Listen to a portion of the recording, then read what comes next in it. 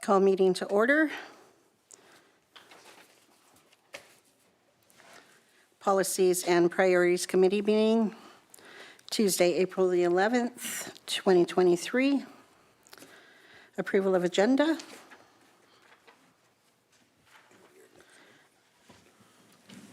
then just go to your next mic, you can get approved on it. So next mic. And then just Councilor O'Reilly. Councillor Norbury. Thank you, Chair Dussault.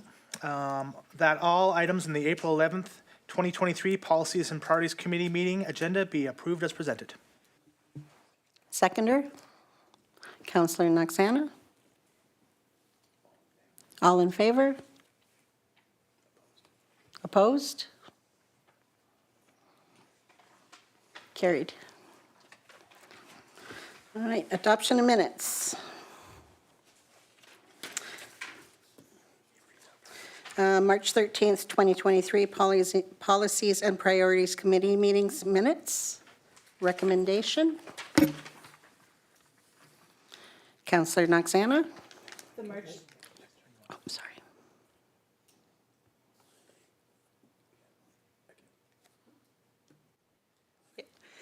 that the March 13th, 2023 Policies and Priorities Committee meeting minutes be adopted as presented. Seconder. All in favor? Oh, Councillor Norbury? All in favor? Business arising?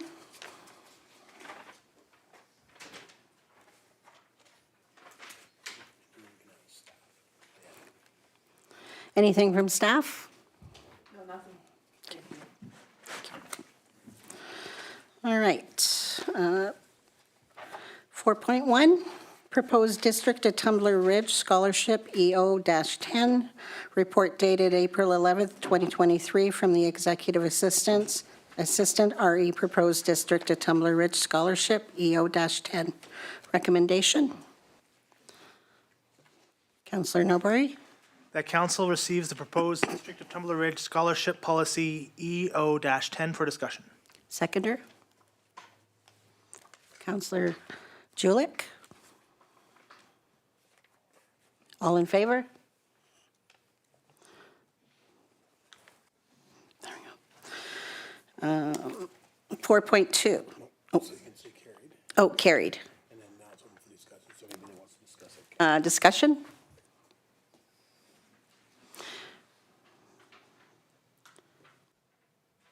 Councillor Julich. Thank you, Chair Dussault. I have a couple of concerns or a couple of questions. So in the council decision procedure, it says that it will review the applications at an in-camera meeting. I don't feel like that is one of the reasons we would go in camera. It's not law, legal, or labor. I suggest possibly having a committee that comes forward with recommendations, so a committee formed of council, 2 or 3 councillors. And then the other thing is I'm not necessarily on board with special consideration will be given to students pursuing post-secondary schooling in the field of healthcare. I think if we're adding that, we have to add other professions. We are also up against the wall when it comes to early childhood care, teachers and the work. So I think that that might just be opening a can of worms. And then number 3, on the actual application form, it asks what will be your financial need going into post-secondary schooling. How do you measure that would be my concern. So I'm not sure, like, because I'm like, well, how would I answer that? I'll be broke. I have no money. So those are the 3 things that I would like to revisit on that policy before it goes forward to council.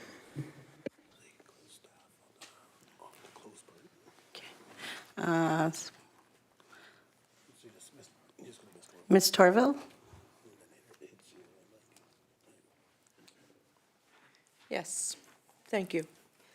So this policy has come back. It's been the previous council, this was put on their agenda, and it's been back and forth again. It's another one of those policies. We chose to, we can go into close because it's consideration of an award that's being presented to an individual that is kept confidential until the award is being presented.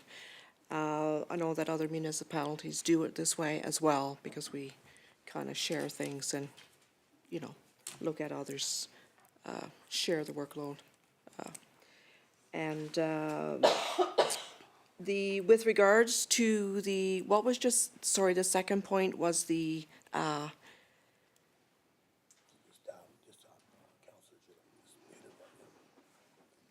The special consideration will be given to students pursuing post-secondary schooling in the field of healthcare. Was my second, I just feel like if we're gonna put that in there, then we need to have a list almost, because healthcare is not the only thing that we're looking for. So I feel like I actually would like to see that removed, because I think it's easier to remove it than to add all the things that we need in there. thank you, council. Not all students enroll in healthcare, post-secondary education for healthcare. However, we did, we included this because there may or may not be, in the event that there would be an onslaught of applicants that are going into healthcare, then maybe council could do that, give that consideration. It's kind of marked as an asterisk beside it because for special consideration is, again, I say like not all applicants apply for healthcare, post-secondary education in that field. So if they don't, then it's not a big deal, and council can choose. On the other hand, council can choose or make a choice as to whomever they would like to be the recipient. Follow up? So I guess at this point, like I hear what staff is saying. I still feel fairly strongly that shouldn't be there. I think, one, that it may prevent kids from applying because they read that and then they think that they shouldn't go into health. Well, no need to apply there. I'm not going to healthcare. And again, I just think that if we have, so what if we get 10 applications and 10 of them are and so we're giving out 5, correct, is the idea? So we get 10 applications and 6 of them are going into healthcare. So do they just get the special consideration before the other 4, even though they might be ECE or something? So that's my concern. And at this point, I'm happy to make a motion to take that out and we can vote on it, but.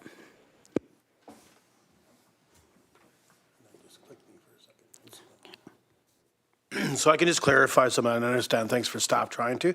So that was put forward by council, realizing the concern we had in regards to medical, to me, which we still have. It doesn't mean that we don't have concerns, whether it's EC or teachers, educational ones. But healthcare was a priority set by the previous council as a priority 1. That is why it was added here, so that if 7 students partaked in it, it wasn't the full decision maker, but they did rate higher. Because we understand how short we are. We understand we're going on diversions. That was the idea of it, and that's why it was added into the scholarship. Councillor Durberry? Oh, thank you. I thought Councillor Noxano was in front of me, so there we go. To echo what Councillor Mayor Kakalka was saying, that's sort of why we had it. I think this policy is an opportunity for us to try and guide students into areas of Tumbler Ridge need. Right? Maybe we should be adding ECE students on there. Like I would prefer that versus removing healthcare, because we are continually hearing we're short nurses, we're short. At the time we were short X-ray and lab technicians. I would like to see this used as a tool for us as a community to try and guide our students into what our community needs to get them to come back. So I think I personally prefer that we expand that list to ECE. And if the need comes down to it, I mean, maybe Kanuma says, hey, we need more welders, we need more heavy-duty mechanics. This is a huge need for us right now. We can put that in our considerations as well, because like that's what I see the purpose of this is. We want to see our youth of Tumbler Ridge to go to post-secondary education And as a community, what our community needs are, and let's give preference there. Thanks. Councillor Noxana? I like the idea of expanding the fields that we're looking for, and if there's a way to even just say, you know, priority given to students entering, I have no idea how to say it, professions in demand in Tumbler Ridge. And it could be an updated list. It doesn't have to be in the policy. Just a list that we go through every year and share with the school, because we're a small town. We can definitely communicate that with our school. My specific concern, and this could be normal on any scholarship application form, it's requesting parents' names and parents' employers. I don't know if that's like a standard question, but I guess it ties in with the financial need. But I'd just like to point out that sometimes your parents' financial status doesn't mean that your school is being paid for. There still might be financial need for you personally going to school. So is that something that's standard? I'm looking at you. Ms. Torval? Thank you. It's great to have this discussion, and it's great to hear the suggestions.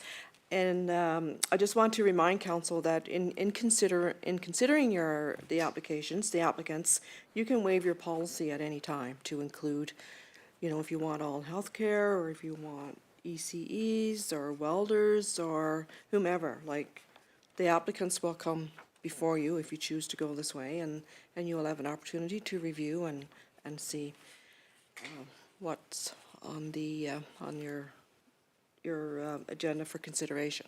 So.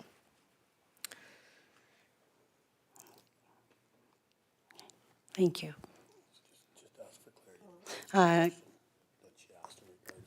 Clarity, please. For the the parents' names. parents' names. It's been a while since we drafted this application and the policy in the beginning, but I think this is more for contact information than for the school as well. Thank you, Ms. Torval. Councillor Julik. I guess I echo Councillor Noxana. I'd like to see the parent guardian name and parent guardian employer taken off of this, simply because it's, to me, it's not relevant. I think that particularly the employer, this is specific to the kids or to the student that's applying, same as their home address, phone number, email address. Secondary school attended, even that for me, like, I don't know how they would apply for this if they didn't go to TRSS. I don't have a problem with somebody filling in TRSS, but I'm not, that's not something that I'm with Councillor Noxana.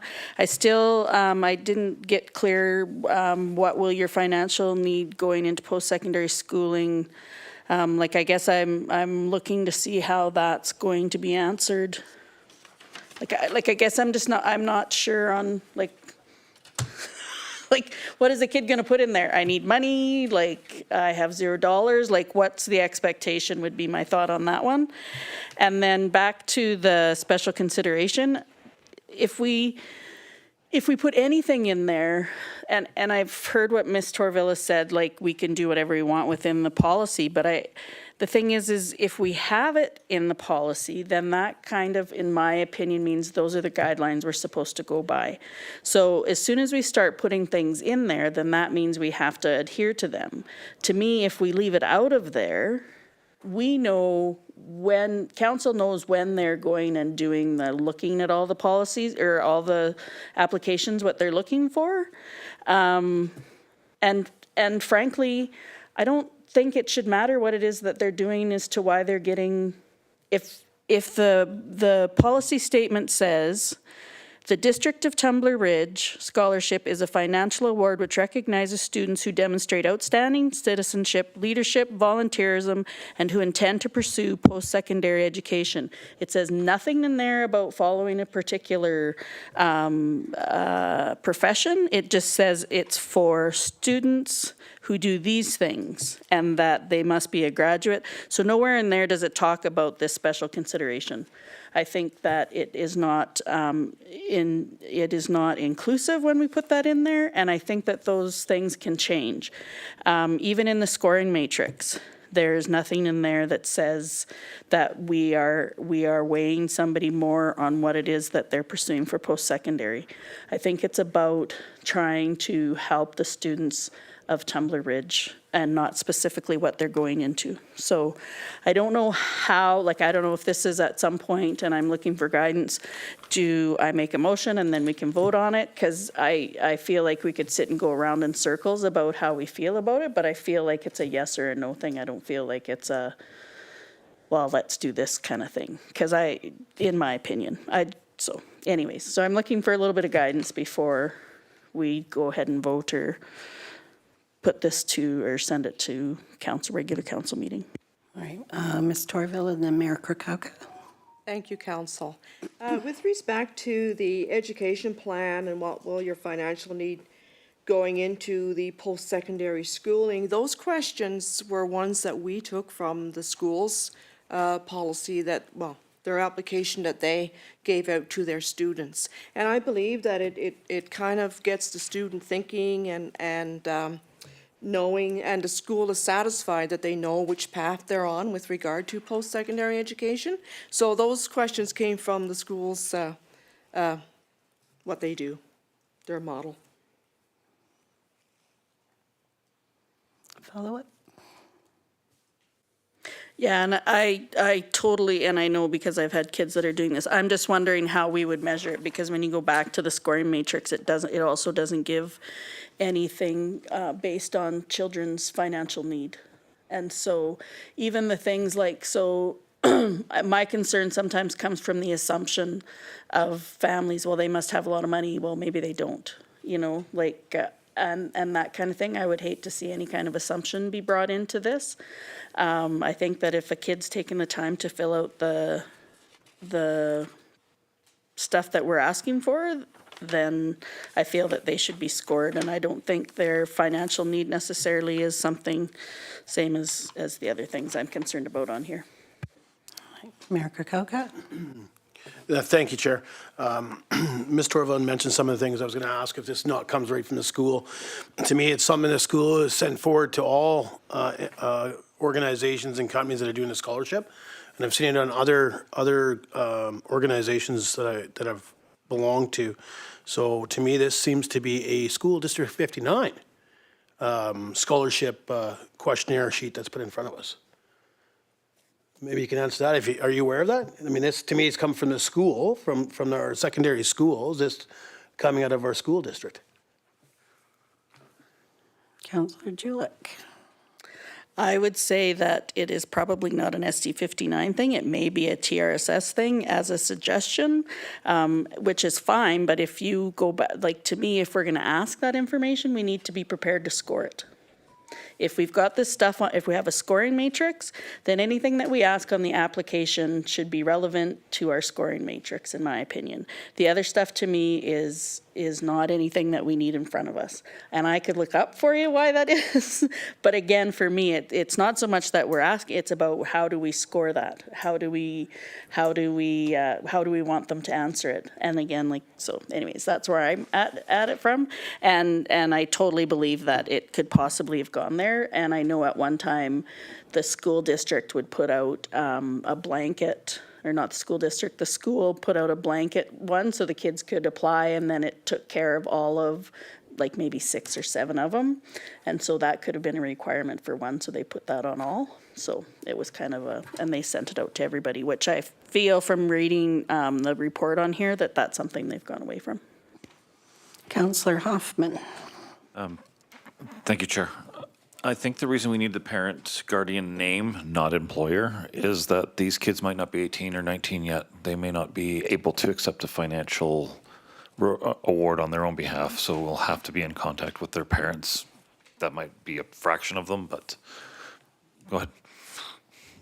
No? Okay. Councillor Norbury? Oh, sorry. I thought there was a response, but that's fine. That's The only reason I could see the name staying, I don't see any reason for the employer. As far as financial need, I'm good at making a motion right now to get rid of that. It's $1,000 is a financial need for a 4-year program. That's not even a drop in the bucket. That's like a molecule in the bucket. So if we're going to edit this, and the last thing, I don't care if it comes from School District 59. We put our name on it. This is our form, and we do with it what we please.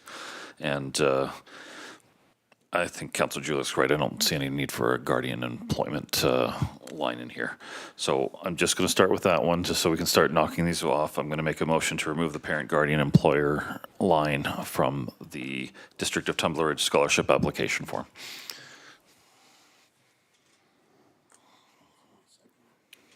Seconder? Counselor Noxana? All in discussion?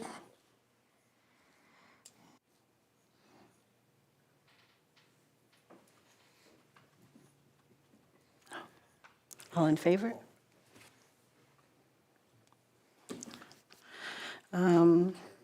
Motion carried. The only thing on this I would like to see changed in here is council member may wish to exclude themselves from the discussion. I think that should just be a mandatory thing.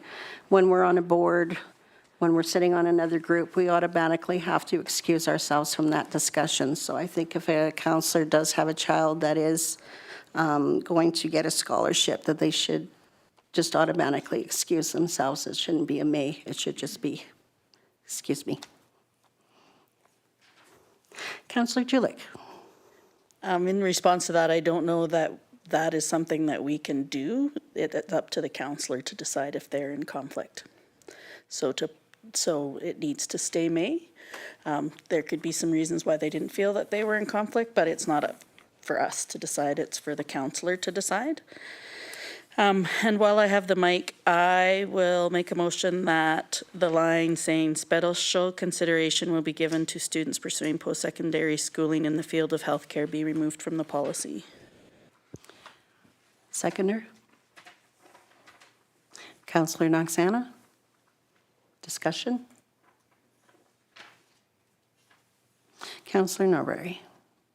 Thank you, Chair Dussault. So I'm not in favor of removing that. I think we should be using this to guide our students into careers that we as a community need. We are not going to just get 5, we may get 7 or 8, and we should be letting them know that we support you in your post-secondary journey, but this is a scholarship given on behalf of the community that we've raised funds for, and we support you. We would take preference to people who are going into certain trades or professions that we need as a community. So I'd like to see that expanded. For that reason, I will be voting against. Councillor Julick. So my concern with that is that, so yeah, we might get 8, but what if 6 of them are for healthcare and 2 of them are for childcare? How do we then decide? Or then we're in need of tradespeople, and so then how do we decide on the, you know what I mean? Like, I just feel like this puts us into a pigeonhole. I think that whatever council of the day that is there can make some decisions based on the other things that are there. The other thing is if we're going to do that, I suggest that our policy statement be changed. And the third thing that I would say to that is then the policy needs to be changed all the time. Because what if all of a sudden we have healthcare workers? Then special consideration can't be given to them. So as soon as we start adding things into this and specify things, then to me the policy needs to be looked at every year to make sure that we're on top of things. I think that if we're in closed making the final decisions, that the special consideration piece should not be there. And I also believe that if we have students who came and live and play and do all the things in Tumbler Ridge, and their choice is to go into music, for example, why should they be penalized because they're choosing or their aptitude is towards something that is not what we're in need for in our community? So to me, as soon as we give special consideration, we are not being inclusive.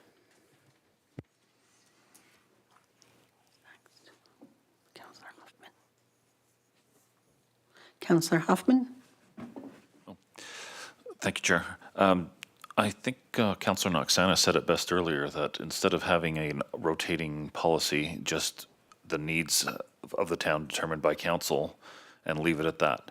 That we can prioritize health, we can prioritize early childhood, we can prioritize music if we decide that we want to. That we just have a policy saying, or even putting it in the scoring matrix, that the town priorities are under consideration. I don't want to argue about this next year, and I definitely don't want to argue about this 3 years from now and what we're going to call a priority. So I will not be in favor of the motion as presented, but I would be in favor of changing it to a more general term than specifically health. Councillor Norbury? Thank you, Chair Dussault. I prefer the terminology as it stands and not adding it to the scoring matrix because it's just special consideration. We don't have to, this isn't, you know, if you're in healthcare, you get it, and if you're not going to get into it. And because you're not getting a benefit doesn't mean you're penalized, it just means you don't get the benefit.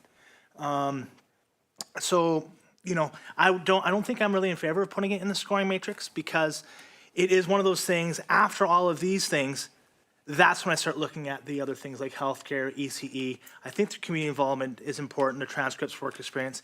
And I would even, if we're going to talk about financial need, like financial need does come into play, right? Like I think that takes more for my, sorry, excuse me, I'm having a hard time explaining it, but those things weigh higher to me than special consideration. I don't think special consideration is number one. It's when we have those 5, 6, 8 kids that we have to, youth, that we have to start using comparisons. At that point, we do need to start nitpicking in that time. We do need to start making special considerations for their trades.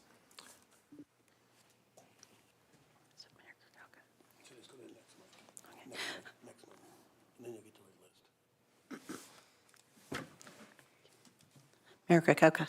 Thank you, Chair. Councilor Norbury said a few things I wanted to say. I also look at other organizations, and I understand we are a different organization when we're tax-based. This is tax dollars from our residents of Tumbler Ridge that we end up having funds to support scholarships on behalf of the district and behalf of our residents. But I also look at other organizations or companies that will stipulate what they are looking for to donate their scholarship funds to. And I don't think that stops us from doing the same thing. When we put healthcare in there, at that point, it was a priority by the council of the day as of the shortage. I believe we're still in the shortage when we see diversions in Tumbler Ridge, and I think that is very important. Now, I'm not against adding other organizations, whether it be ECEs or school teachers. And I think it's a living document. I think it needs to be revisited yearly because our needs could change. We could also eventually at one point need administration. Could need administrators within our community. There's other things that can be added year after year. To me, it's a living document for that reason. So I won't support the motion on the floor. Councillor Julik? I think what my frustration is at this point, nobody's been able to tell me how this is an inclusive policy because it's not. And for me, that is where I'm having a problem with it. Because a student chooses to do something that's not on our list or what we're giving special consideration to because the council of the day decides that healthcare is the priority, then the kid who wants to do something different is no longer eligible for this. Or the problem being is that then when they look at this, this policy and it says special consideration, they don't even apply because they say, well, I'm not going to get it because I'm not going into healthcare. And I don't think that that's an illegitimate argument. And when I say it's not inclusive, what I mean is we're saying we're going to give special consideration to you if this is what you choose to do. And so when we're doing the scoring, so the person who decides that they're going to go into health gets special consideration over the kid who's volunteered for everything that's come down the pike because the person ahead? No, I know, I understand that realistically that shouldn't be what it is, but as soon as you put special consideration, as far as I'm concerned, that's saying we're going to give you a special extra look at because you're going into health. So that's all I have to say. I just haven't heard anybody tell me how this is an inclusive policy yet. Councillor Hoffman. I'm going to push back on that. I don't know how it's not. I mean, the kid that wants to do music and goes and does the community involvement and volunteering will be at the top of my list, and that's the 40% weight here to begin with. And I would say that there's no question by this criteria, if one's a volunteering and one's not, they don't even get to the point where you look at the special consideration, which I think was Councillor Norbury's point earlier. As far as not being inclusive, I don't see anything here that is disqualifying. And I understand how you can read that, and I can understand that potentially somebody could, but then ask the question, should I bother? Any adult, any teacher, any other student? And the answer should be, yeah, you should bother. You volunteer, you have relevant work experience, you have a good reference. Like all of those are ahead of the special consideration, which is why as far as inclusivity goes, I don't see any issue with that here. Councillor Julik. I would just say, try and remember what it was like when you were 17. I have 3 kids, very confident kids, who would look at this and say that I am not eligible. So I would challenge us to put it out there and ask students. I don't, I don't understand why it is so necessary. Like, to me, it would be better if it's not there. I think the good outweighs the, I think removing this outweighs the benefit of leaving it in.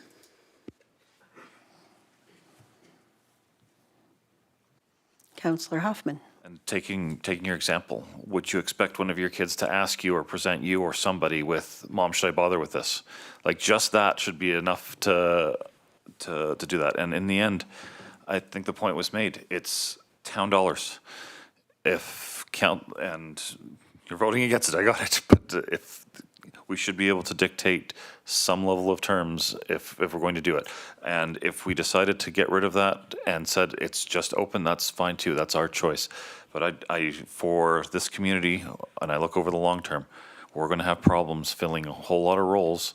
And if this gets one kid over 10 years to come back and do medical in the community, I'm okay with it.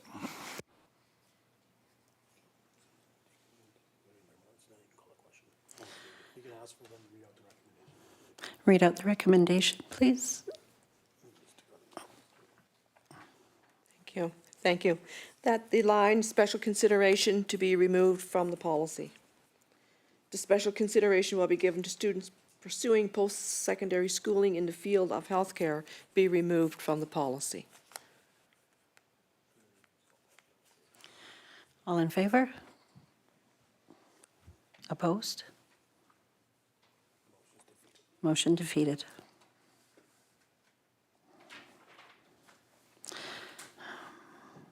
Councillor Julik. I'd like to make a motion that what will your financial need going into post-secondary school be removed from the policy. Seconder? Councillor Hoffman. Discussion. Councillor Norbury. Thank you, Chair Dussault. I think it is important for us to keep a financial aspect to this policy. And there's a couple of reasons why. We're looking at some other granting policies that we have, and there are stipulations to see financials. I don't think we need to go into detail of how much money you have raised or what's your milestones or anything like that. But need-based is something I think is important. I have experience handing out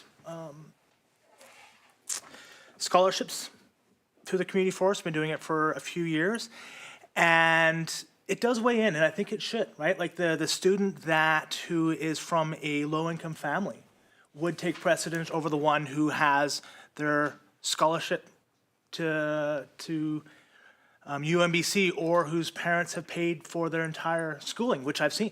We have seen students that their parents have saved up enough, and good for them. I think it's something that should be weighed in. Because I'd really like to be able to give those children who are who have a bigger need to have a better chance at success with this scholarship program. Thank you.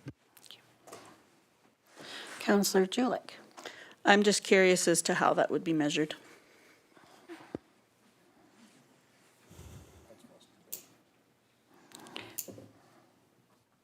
Councillor Noxana.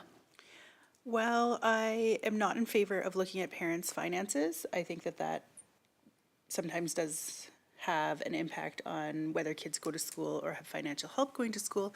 That's not always the case. I would be okay looking at the kids' finances. So if the student has already won the UNBC scholarship or something, great.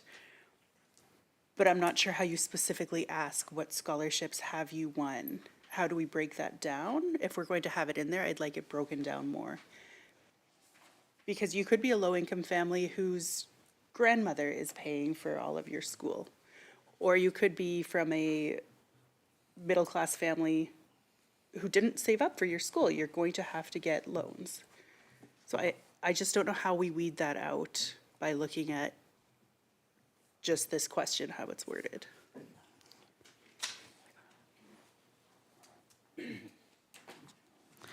Councillor Hoffman? Thank you, Chair. I look at the amount of the scholarship, and this is not the difference between a low-income kid going to school and not going to school. And every time we tack on a show me this or show me that, our staff is going to have to either at least pretend to verify what's going on there.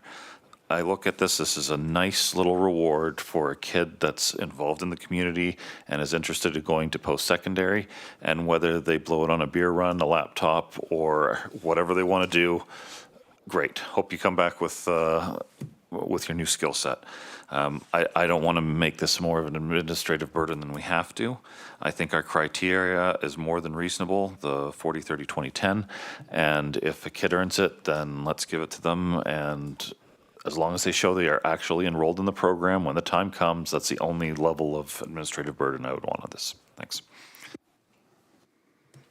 Councillor Julik. The other piece, just to respond to Councillor Noxana, is that we don't have any dates on here, so they may or may not know what scholarships they've gotten. There's all sorts of different pieces when it comes to that. And then again, for me, I don't know how we would measure it. I absolutely agree with Councillor Norbury. It'd be nice to help all the kids that have some financial need, but how do we determine their financial need without getting into a lot of things? And to Councillor Hoffman's point, it's $1,000 in the grand scheme of things. When it's post-secondary, it's really a drop in the bucket. So I will be voting in favor of taking this out of the policy. Councillor Norbury. Thank you, Chair Dussault. So I understand what everyone's saying, but I like the way it stands. It's a broad question. People can add in, how they interpret the question, and they can respond accordingly. I've seen some kids say, like I have, I've been working for 3 years. I am, I'm only halfway to my amounts that I need. I'm going to have to work in college, part-time. We've seen that in these financial need questions. And then again, we've seen like, oh, my parents have saved up 95% of my scholarship. I don't know if I'd want to have it in the scoring matrix, because then, I don't know if it's that weighted for me in this, but I would just like to know, right? Like, I think it's important for us to know, to weigh, because it's at certain income levels, we are not able to apply for certain income streams. So I think it's very reasonable for us to have something similar in that. Thank you.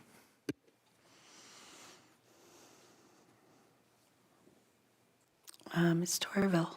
Thank you, Council, and I was just reminded, just thinking back, just to help Council's decision on this motion tonight, we have, for Council's information, we have in a recent years, awarded a scholarship to a student of $1,000, and the scholarship has not been claimed. That has happened. Just so you're aware. Thank you. Mayor Krakowka. Yeah, and thank you, Chair. I was actually, Ms. Torval had mentioned what I was going to talk about.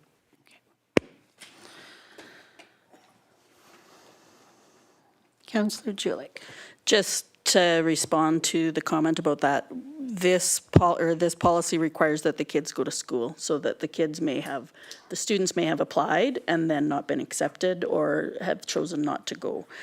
Because it doesn't give them, like in here, there's some scholarships that you could use them within the first 2 years, like we also in this policy, and I'll bring it up after we vote on this motion, about some other concerns that I have within here. But sometimes the reason it wouldn't have been picked up is because they didn't actually end up getting registered for post-secondary. Okay. Can I have staff read back the motion? Sorry. That we remove financial need going into post-secondary school the program from the application form. All in favor? Opposed? Motion carried. Councillor Julik. So with some of the changes that we have, I wonder if we want to change the policy statement. I'm not totally stuck on that. And in fact, I'll just let that go. What I am concerned about here, though, is that there are no dates on here, so there's no deadlines. And there is the possibility, so it says you have to present proof of post-secondary registration for disbursements of funds. We could have that, so they have to do that within a year of the deadline, or we could do it within 2 years. And I'm comfortable doing 2 years because I'm definitely a parent who appreciates a gap year. So I think that we need to put some deadlines on here when we're expecting the application to come to council. It does say that, I want to say somewhere in here it talked about we'd like to let them know by a certain day, maybe. That might have been another policy in the package. But I think we need to put those dates in there, and I would like to make a motion that we allow the successful recipient up to 2 years to claim their award. Motion for second? Oh, Ms. Starville. Thank you, council. And just so council is aware, we would like to have the recipient pick up their scholarship or claim it within the year for budget purposes, because it's in the budget. See, for each year, right? So, Thank you. Second, motion for second? All in favor? Discussion. Oh, discussion. Councillor Julik.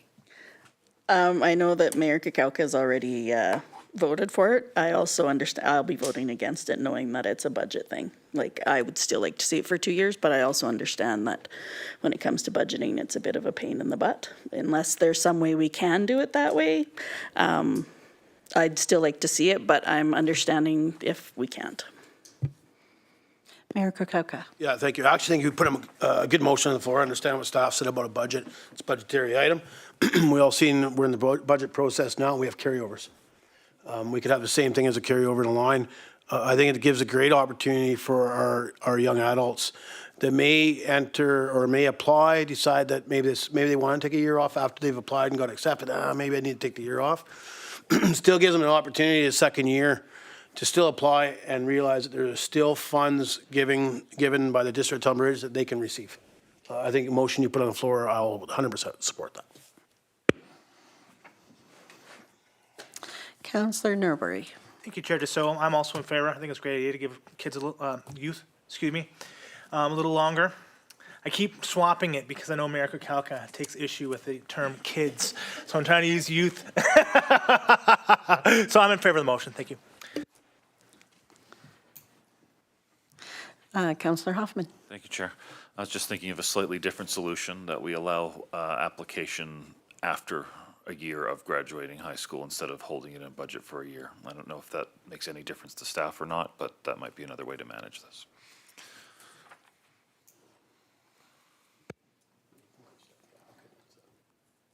Ms. Starville. thank you. I think a carryover would be preferred.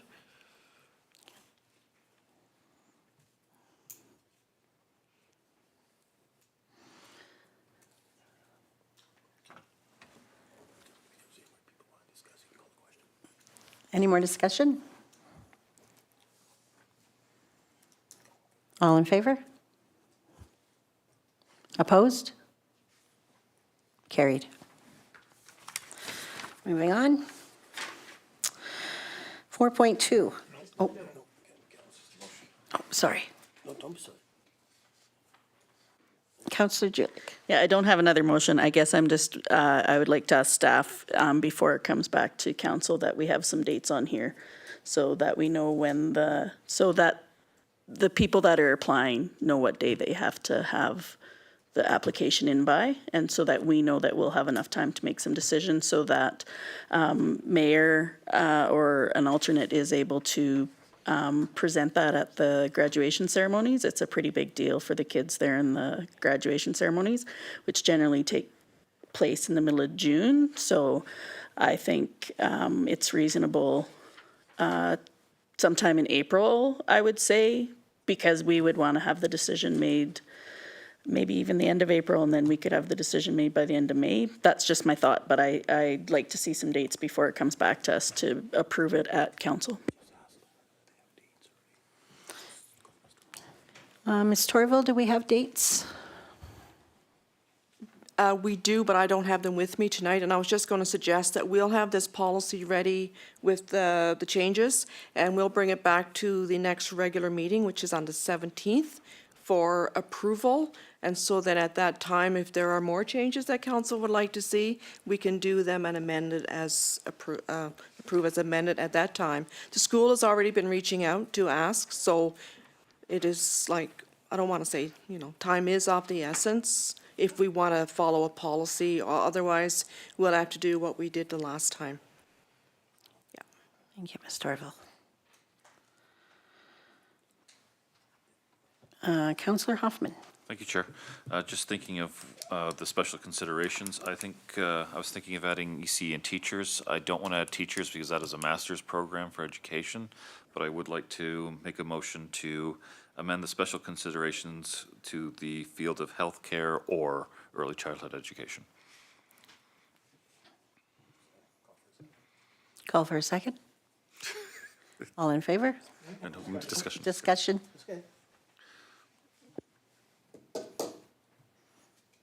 All in favor? Opposed?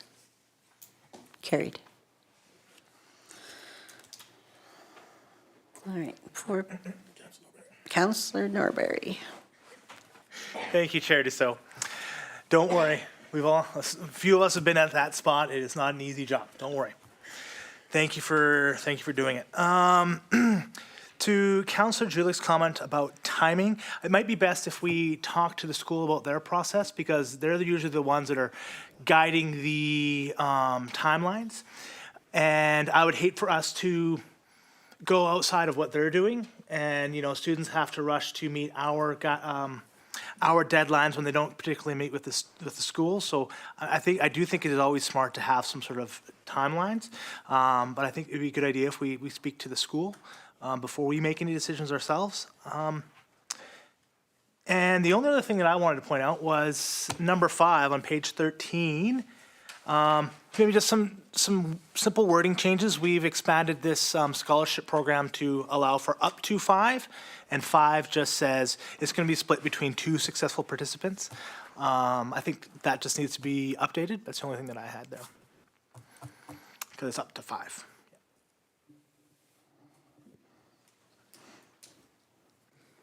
Councillor Julik. Yeah, I totally agree with Councillor Norbury, other than I would really like for us to be able to have enough time to have the decision made by the middle of June so that we can make the award we can make the presentation at the graduation ceremonies.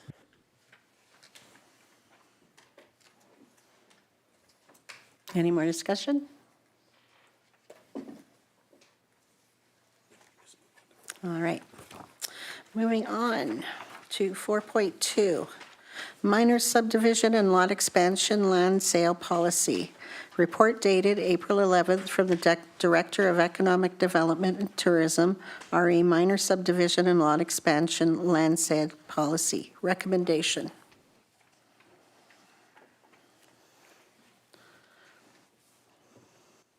Councillor Norbury. That council receives this report for discussion. Seconder? Mayor Krakowka? All in favor?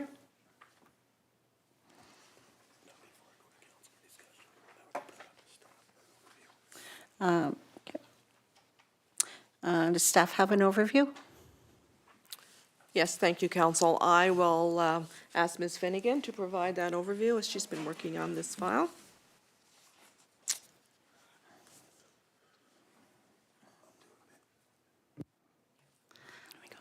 Thank you, Mayor, and Chair and Council. Just an overview for this report. So previously in December, staff brought back a summary of the lot expansions that had happened over the last year, and that report is included in the agenda. The intent of this report is to follow on some of that discussion and to get direction from Council on where the lot expansion program might be going. If there are some recommendations in the report, in some of the findings, in simplifying some of the processes that we have already established. So the biggest change in the intended changes to the land sale policy would be to, with Council's resolution, have pre-approved areas for lot expansion, which would then cut down on the case-by-case number of reports coming through to Council. Included in that resolution or pre-approved would be the area as well as the size of the land that could be expected that residents could expand to. So generally over the case-by-case that we've had over the last year, a setback of 10 metres at the back of the residence seems to have been what was previously determined as a slither of land. So if Council chose to determine that the maximum would be 10 metres, depending on topography and the lay of the land, if a resident chose to not fall or didn't fall within the pre-approved area and or size, they could then bring that report to Council on a case-by-case. So the intent with this report is to create discussion and get some direction from Council which way you would like staff to go with lot expansions. Thank you. Mr. Norbury? Councillor Norbury? Thank you, Chair Dussault. Thank you for that overview. Yeah, this has definitely been a bit of a learning process the last couple of years that we've been going through this. My only comment to what staff has put forward to us, thank you very much, would be we have some precedent on the upper bench for 15-meter lot expansions, particularly on Gwillem. I believe we have at least one residence that has a 15-meter lot expansion. And, you know, for consistency, I would like to see that continued, because when we were previously discussing this plan of lot expansions, the understanding of our community is planned. We have straight lot lines, and it creates a beautiful community. And we don't want to have, I don't want to see that jutting in and out. So we should continue with that, you know, that good sight lines in our community. So, I mean, I'd like to see like Gwillem change to 50 meters, but I do appreciate the pre-approval process of 10 meters. So far, people have been happy with that amount, and it doesn't encroach too much onto green space and public land. So, yeah, thank you. Mayor Krakowka? Thank you, Chair. Yeah, I understand in regards to Councilor Norbury just mentioned about Gwillem. I was going to bring that forward as well. And I think this has been a learning tool over the last couple of years going through it and stuff like that. And I guess my thought is I'm not set on setting criteria and only if it is outside that criteria, then it's case by case in front of council. The reason I say the case by case, I prefer that scenario, is sometimes it's not looked at where maybe it's going to buffer on an edge of a park or a playground, and council's not willing to go there. Even though it meets the criteria that we've set, it will just happen. Sometimes there's been some that we've not moved forward because of the location and what it could hinder in the view of council and discussing with staff. And that would be my only concern by setting these parameters, that it's, you know, Gwillem, if it gets put out that it's 15 meters, and other areas are 10 meters, is my concern is it's not always looked at. It was what's there, whether it's a walking path that it may edge out so that the resident wants to actually angle it a bit so they don't take down a tree that the neighbor planted years ago, but it was planted on district land. Stuff like that, I think it's very important that council sees that in a case by case. Councillor Hoffman. Thank you, Chair. I'm going to second Mayor Krakowska's position on this. The more I think about it, the less I want an employee trying to apply policy on something that can have a larger impact. I think council should be responsible for this sort of thing. The idea, as I understood it, was more than the areas where we're not going to impact the neighborhoods is where this would be put into place. So depending on where you were on Peace River Crescent, if you were against the main street behind there, that's fine. But if it was in the area that might be developed later on, then we're not looking at lot expansions. And I could just see following criteria, newer employee just making a mistake on this. I appreciate this. I am very pro-policy and having things laid out in a very specific and consistent way. But I think there's just the consequences when mistakes are made in this are just going to be hard to unravel. So I think leaving this entire area under council's responsibility just makes sense. So I am basically suggesting that we drop trying to standardize the slivers or anything else and just say on a case-by-case basis, council deals with it. I would rather take responsibility for that.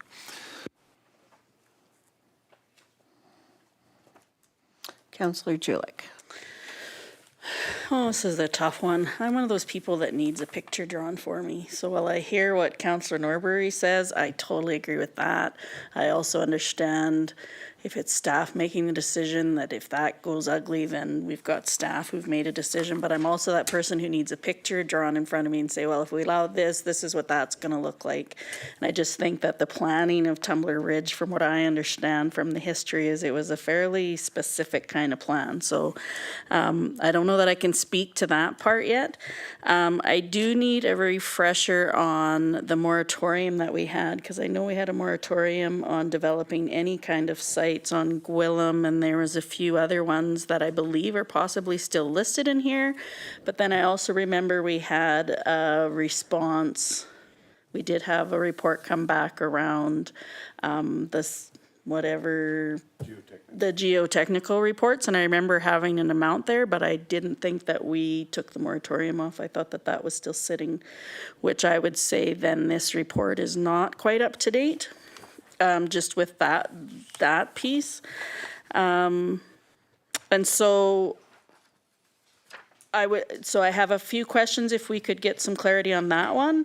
Do we want to do this one question at a time? I have about 3. Okay, so my first question is, should we not have that changed because we have a moratorium sitting? Direct that to staff. Thank you. I'll ask Ms. Finnegan. Thank you, Chair, Council and Mayor. Yes, there is a moratorium on there. So if a pre-approved area was going to be decided on and Gwillem was included in that moratorium would have to come off, or Gwillem could stay case by case with a geotechnical report by the individual, depending on what they want to do. So if there were 3 areas to be considered for pre-approval, you could take Gwillem off and just do the other 2 where there weren't as many questions. But yes, you're right, the moratorium would have to be lifted. Councillor Julik. The second question I was wondering is when staff was developing this plan, did we use another community policy to develop this one? In my history, generally, I go out looking at another policy because it's hard to find some place to start. So I was just wondering if this came, like I do know that there were some references in here to some places that were looked at. I just wondered if there was a community that they had looked at when they developed this policy. And then I have another question after. Ms. Tarville. Yes, thank you. Thank you, Council. I can answer the first part of the question. The original policy was developed a number of years ago, and it was in 2012, and it was amended in 20 or 21 to include the lot expansions for residential purposes for the domestic use. And that wasn't, there wasn't another community that was contacted. Tumbler Ridge is unique in that there's not a lot of communities that's got so much crown land and district-owned land around them. So, and I don't know if, Ms. Finnegan, if you would like to add to that? Thank you, Mayor, Council and Chair. Yes, Ms. Torval is correct. We are unique in the amount of green space that we have had around. I did some serious researching when we were in this pilot program last year, trying to learn from other communities. We are unique. What we have done with other communities is reached out to their planning and development departments, and we have come to further understand the differences between major subdivisions and minor subdivisions, and that's where we've tried to create a little bit more clarity in some of the suggestions for the new land policy. So minor subdivisions would definitely be, lot expansions would maybe be a micro subdivision, but there's no such wording out there, so we'll have to stick with minor. Thank you, Ms. Finnegan. Councillor Julik. I'm feeling like I'm being a bit of a pain in the butt, but these are things to me. I get kind of stuck on policy, which is ironic because I used to not be a policy person. So, so on page 32, C, for each sale district property administered by a registered real estate agent, district will pay a maximum sales commission of 4% on the first 100,000. I'm just wondering if that is a standard purchasing agreement, or I just feel like if we get specific like that in a policy, it'd be hard to, like, then it'd have to come back to council, and I think that would be a little more difficult for staff, but, so I'm just curious about that. Ms. Torval. Thank you, Ms. Finnegan. The addition of that I think that was done in that was done in 2022, where a report came through the council just to clarify what percentage a realtor would get. In the previous land sale policy, it was worded in a way, I can read it out actually, and it will probably make more sense, which is why we sought clarity from that, is that, sorry, bear with me.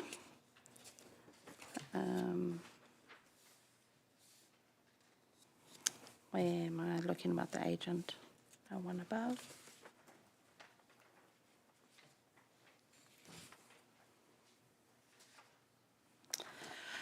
It said, council may by resolution decide to enlist a real estate agent or other land marketing company to assist with the marketing of land or disposition. And that was specific more, I think, relating to the major subdivisions. Last year, I had several inquiries from local realtors wanting to know if that commission would be acted upon if they bought us a seller, and that's why a report came through to council to confirm that those commissions were set in stone. I did check in with several of the local realtors, and that was standard for them, and the ones that had inquired were happy with that. So we felt with the wording, we didn't want to enlist just one realtor. We wanted to keep it open if any realtor brought us a purchaser. To date, we've not had a successful commission paid to a realtor because we haven't had one go over the line yet. Any follow-up? Okay. Mayor Krakowka. Thank you, Chair. So just in regards to lot expansion, I know in the previous budget, when it was budgeted dollars for encroachment project, the lot expansion really helped in regards to that project. It gave an option for people that were already over or out of their lot lines to either remove the sheds or that, or look at purchasing the property. And the reason we talk about that, and then I bring forward again about the case-by-case idea, I prefer that. And the reason I prefer it is Councillor Julick, you'd mentioned it, there's pictures in front of us. We actually get to see the property as the lot is today, what lot staff makes the lines there, what they're looking for to expand, and what's around it. We get to see the overviews, we get to see it. If we're not happy with that, we can send it back to get more information. And that's why I like the case-by-case when it comes to the lot expansion part. It just sometimes, I mean, don't get me wrong, I'm fairly new to the community, but some of you folks are different areas of the community as well, and all of a sudden something will come up to light that, yeah, I know those trails are being used by the ATVers or sleds, and it may not be a marked trail, but we need to look at that too, and that's why I'm more on the case by case when it comes to lot expansion than just setting criteria and having staff do it, and then only comes back to us if it's out of that criteria. And it's not that I don't think staff does a good job or could do this job. I do believe that they can. It's just I like to me this needs to be hands-on when we talk about lot expansion. Another thing is, Councillor, you mentioned about planned community and the planned community and figuring it out, and I think that's where that hands-on comes in. You can look at those areas that maybe would it fit our criteria. We're going to allow the expansion to go through because it meets our criteria.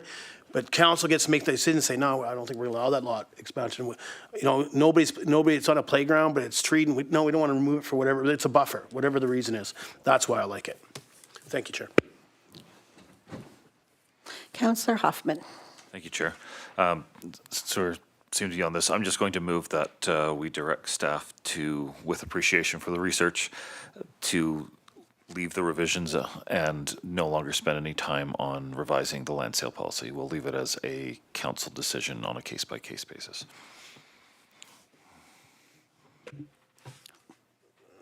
Mayor Kakaka. Yeah, thank you, Chair. Just before we second it, I apologize, take the spot from the Chair. Lot expansion is only part of the land sale policy. Yes, and that's why I'm saying the revised, we're not going to accept the revised land sale policy. We'll leave it as is, as a case-by-case basis for council. Again, not to take the chair's spot, I think we just need to, if we want to do the lot expansion as case by case, I think I'd put that in motion on the floor. The only thing is there may be other changes we want to make to this land sale policy. No, fair enough. That's the only reason I say that, Councillor Hoffman. That's fair. I appreciate this. So let me revise, since we haven't written it down yet, right? That we do not adopt the changes to the lot expansions on this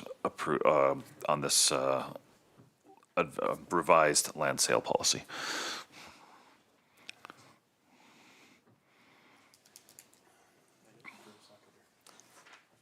I have a seconder? All in favor? Discussion? I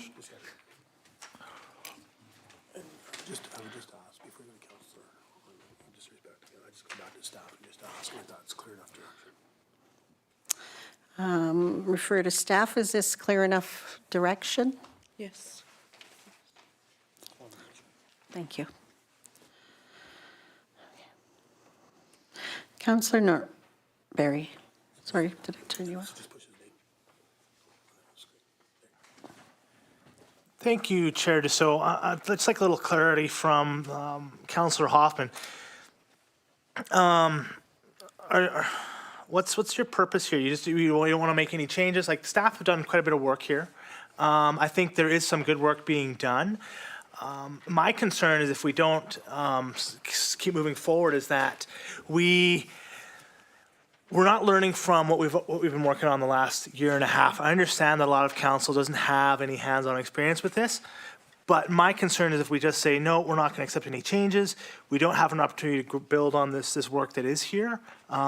Personally, I think that it makes sense to let you guys have some hands-on experience with it, bring it on but case by case. But one of the issues that we do have is applicants need clarity of what they can ask for. So far, hearing from people who've gone through this process, they don't know what's going on.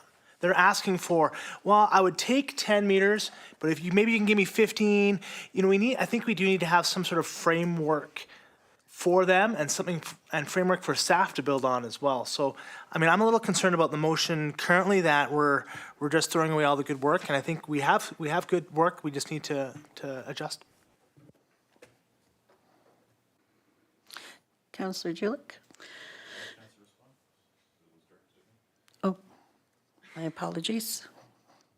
Councillor Hoffman. To clarify, I don't want the policy changed because I think, as discussed, there's just too many variables. Now, if I am very much open to a sample application, that if we are going to provide guidance for people, that's great. But I don't actually have any problems with this except for the fact that what could happen. And that's not usual for me. So whatever we put in policy, I can see too many scenarios which could be approved by policy and end up being a problem later on, which is why I think in the end, the responsibility should lay with council. That's what the motion is about to my mind. I think if we're going to use more staff time on this, then if that's the concern, processing, then a sample application, a sample successful, or a sample fail, what sort of issues, something that would be more clear for them is something I would be more than happy to ask staff if they have something that's even close to that all ready to go. But the more we go into it, the more it comes down, you're 10 to 15 on Gwillem to just make a policy in an area that we have a moratorium. We're going layer and layer and problem on problem, and it just doesn't seem like we're getting anything. Like at best, I can see on Peace River Crescent against the road, those 6 houses might be able to fall within under a policy. And that's not a policy. That's one sub-situation. So every time, and I changed my mind on this today. Like I was very much wanting a policy, making it easier, but I just don't see it working. There's just too many considerations. And I think your question's valid. I think if the residents are unclear on the process, then we switch focus and clarify what is expected of them and what they can realistically ask for. All good. But I worry about trying to put a policy in place for too many variables. That's what it comes down to for me. Councillor Julik. I think for me, we're maybe throwing the baby out with the bathwater. I think that we can accommodate the concerns by not having an approving officer. Because nowhere, so the approving officer is the part that to me says it's not coming back to council. So we don't have an approving officer approving under Section 77 of the Land Title Act. Obviously, I'd need to ask Miss Finnegan about that. The other piece would be, I don't hear anybody saying that they're concerned about the maximum size being 10 meters. So I think that could stay in the policy. I think the only part that I'm hearing from Mayor Kakauka and Councillor Hoffman is that they're concerned that they want it to come back to council. So I just feel like, I think there's some and there's other pieces that I would like to talk to in the policy. But this motion would mean that we weren't, like everything in red, and I think the things in red are amazing because it clarifies adjacent land, adjoining parcels, the difference between the major subdivision and the minor. So I think that there's a lot of stuff in here that's good. I will vote against it simply because I think all we need to do in here is make a statement that it still needs to come back to council. I'll go to staff first, and then I'll go to Councillor Clycash. Ms. Torval? Thank you. Just to clarify, we do have an approving officer with the district.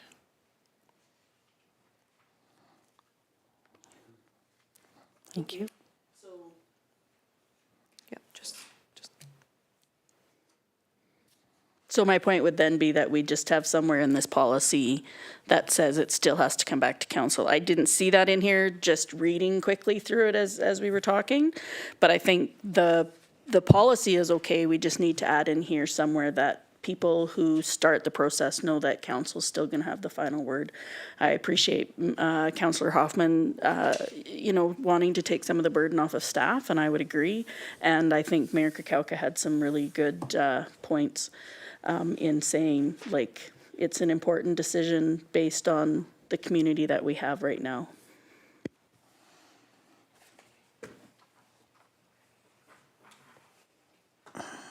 Councillor Noxana. Thank you. I will also be against the motion on the floor. I think the only thing that we really have an issue with is 5C in the land sale policy, that the approving officer will approve or reject. The rest is great. There's been some really great work done on this, so kudos to staff. Councillor Hoffman. Thank you, Chair. I think from what I put out there, that all of definitions, policy statements, major subdivisions, I don't think any of that would be impacted by the motion. I think it would only be in reference to the lot expansions. And I guess, no, that's fair criticism. The appraised cost per meter is assessed at fair market value being added. I don't have any issue in that. So no, I'm fine with that motion being defeated. Or can I amend a motion if that's my motion? Anyone can amend a motion. All right, then, given the feedback, I would like to amend the motion to only striking the 5-C, the approving officer will approve or reject a subdivision as long as it meets the criteria set by the pre-approved lot expansion area from the policy as written.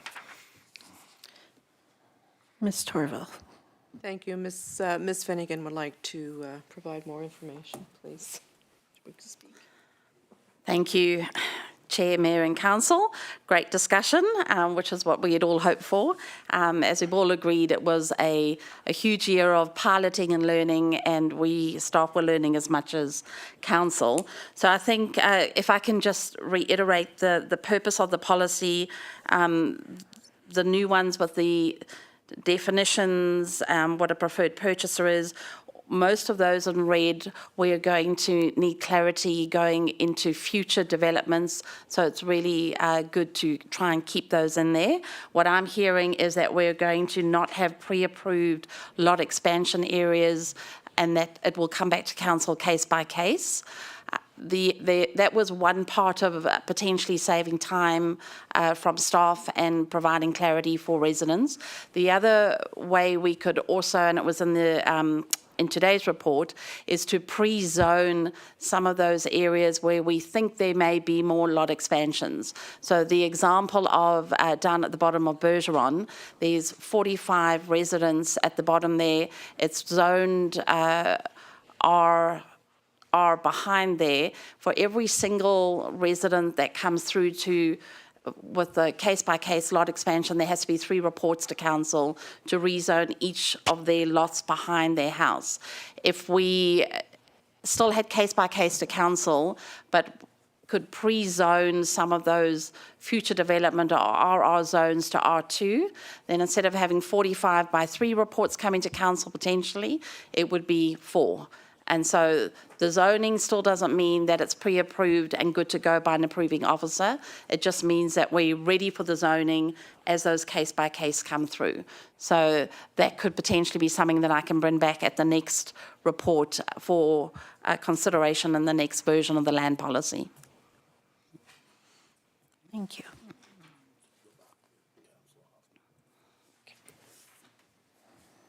Councillor Hoffman. Thank you. Then just for clarifications, is the motion even of any use to you at this point in its form that it is right now to strike a particular clause?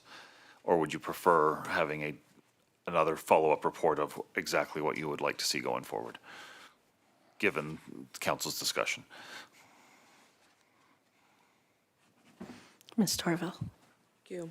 Ms. Finnegan? Oh, sorry. No? Okay, sorry. Mayor and Council, I would be, with my understanding of what we've discussed tonight, I can bring back the revised policy at the next meeting for approval. I believe I've captured everybody's thoughts and feelings on it, and there would obviously be more discussion if I haven't at the next meeting. Councillor Hoffman, any follow-up? Okay. Councillor Julik. I'd still like to just vote on this, then it's on record. And then if Ms. Finnegan's coming back with some other changes, I also have some other things that I would just like to bring to staff's attention as they take our responses tonight and go back to the policy. Because I'm okay with, in that instance that Ms. Finnegan just gave us, that staff recognizes, okay, it's in this one area, that they come back and they ask for that specific area to have the zoning. and then they've got those pre-approved, that zoning's already been changed, so it makes that simpler. I'm totally on board for that. I still would like to see from what I understand, and I could be corrected, but having C removed or having C read more along the lines of it having to come back to council. I think there still needs to be something in here that says specifically that council will have the final say. So I'm okay to go ahead and do the motion to strike that clause. And I'm okay to not even make a motion for the other part, as Ms. Finnegan's saying, she's hearing our discussion and we'll come back with an amended policy. So, yeah, so I'm ready to vote on that part, and then I do still have a couple of things I'd like to bring to staff's attention.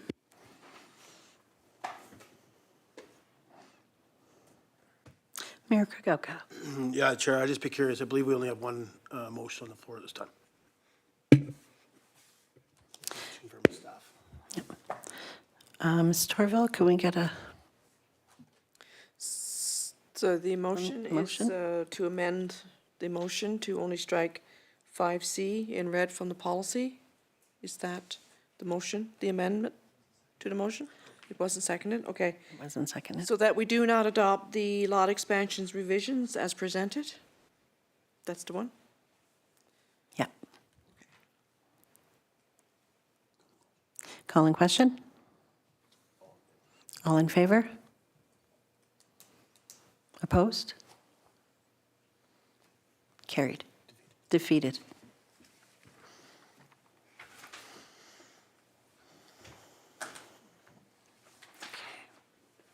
Now we can move on. Councillor Julich. The disposing of land for less than fair market value in partnerships, I recognize that was in the policy previous. I don't know, maybe that's slippery, and I guess I would like to hear from previous council members possibly as to why that would be something we would do. Also, so that would be 4.3, A, B, C, and D. For me, I'm like, I don't know that I'm in agreement with any of those things.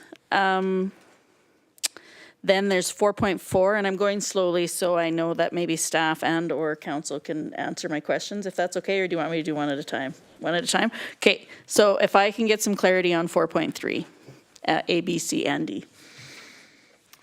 Ms. Torville.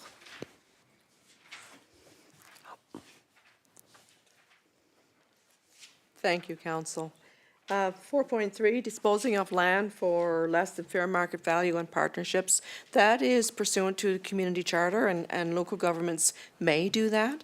The district has worked in partnerships before and has done this. For an example would be the, I was going to say the Days Inn Hotel. It's not Days Inn anymore. The Trend Mountain Hotel.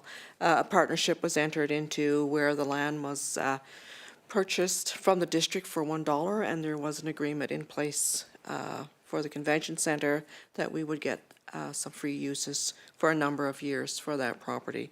So that is allowed pursuant to community charter.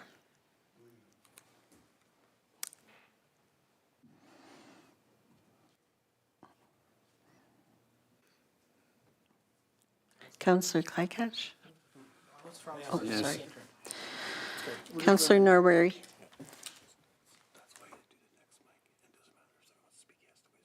Okay. Thank you, Councillor Clickash. Yeah, so I'm like, from my perspective on the fair market value, one of the things that weighs into me is like, one, we're bound by community charter that we can't sell it. Another thing to think about is like how, if we do own land, we do sell land, how would that affect the property values around land that we're selling? I personally am not a fan of selling anything under the fair market because that could come into effect, right? Like we as a landowner sell land for 20% under than the rest of the community or that neighborhood goes down.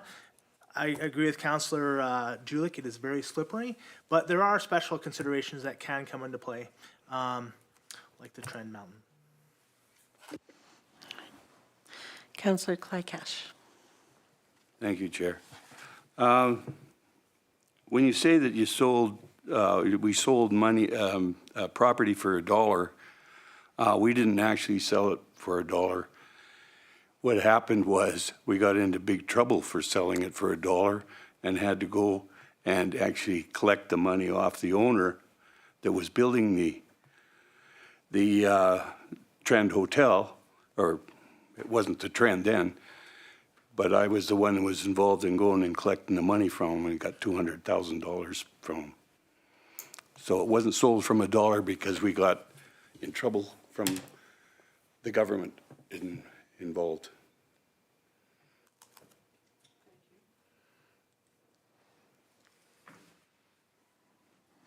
Councillor Hoffman. I was actually wondering, directed to Councillor Klikash, was 200,000 fair market value, or was that still below fair market value? That was fair market value Thank you. at the time.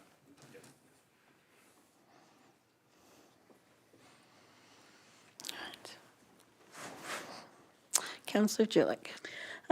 Identifying preferred purchasers, from what's read there, like, again, I guess I get a little, obviously, I get a little emotional around words like preferred and special consideration. So reading that, I didn't understand necessarily, like, so now that I'm reading here, it says, okay, once a preferred proponent is identified, so I guess what I'm asking is, we get multiple purchasers and basically they come through with all of the things, and preferred only means because they've met a certain amount of terms from the interest, letter of interest.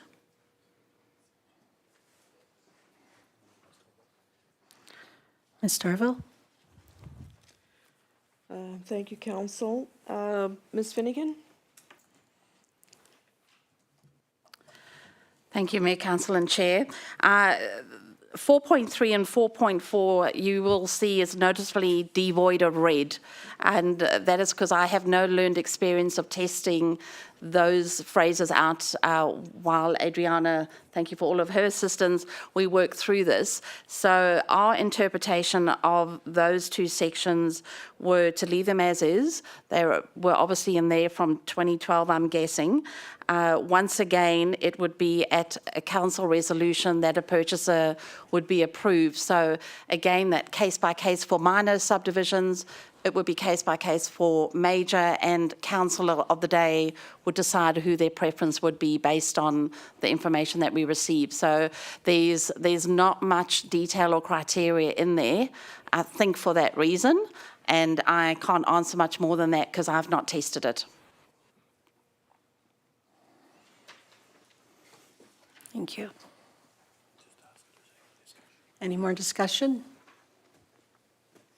Councillor Jilek. Okay, one more. So in 4.5, it talks about the improvements. So it is in D says 2 years.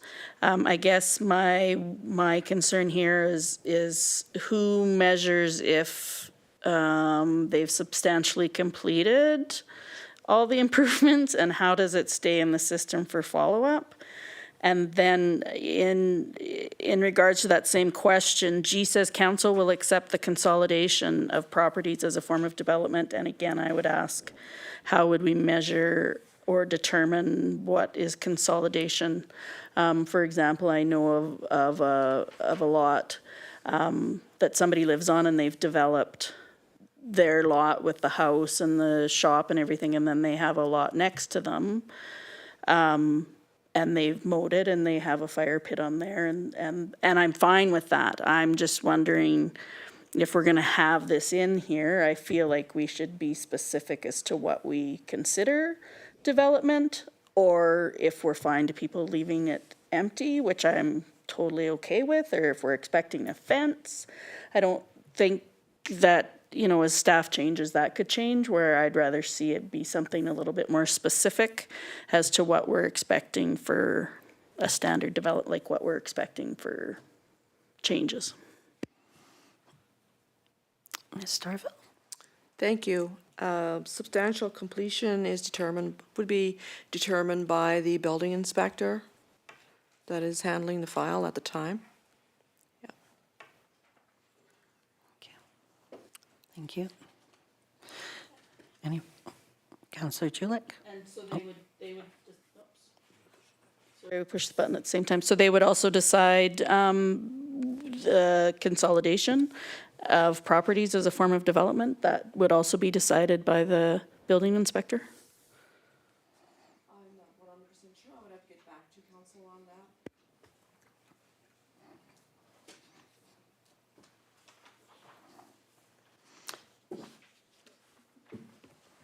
Councillor Hoffman?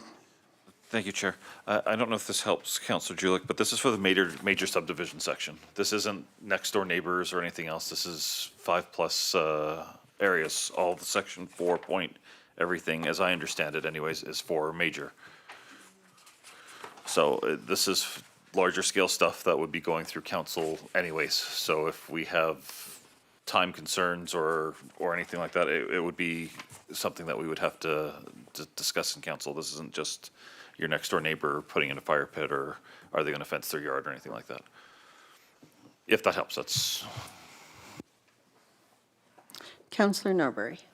Thank you, Chair. So the way I'm interpreting this, staff can correct me, is like we don't want undeveloped lots bought on speculation and people just to sit on, right? Like we want to make sure that people are, if they're purchasing land, they're going to do something with it as to still allow for that, because that's what we want to see. We want to see development in our community, right?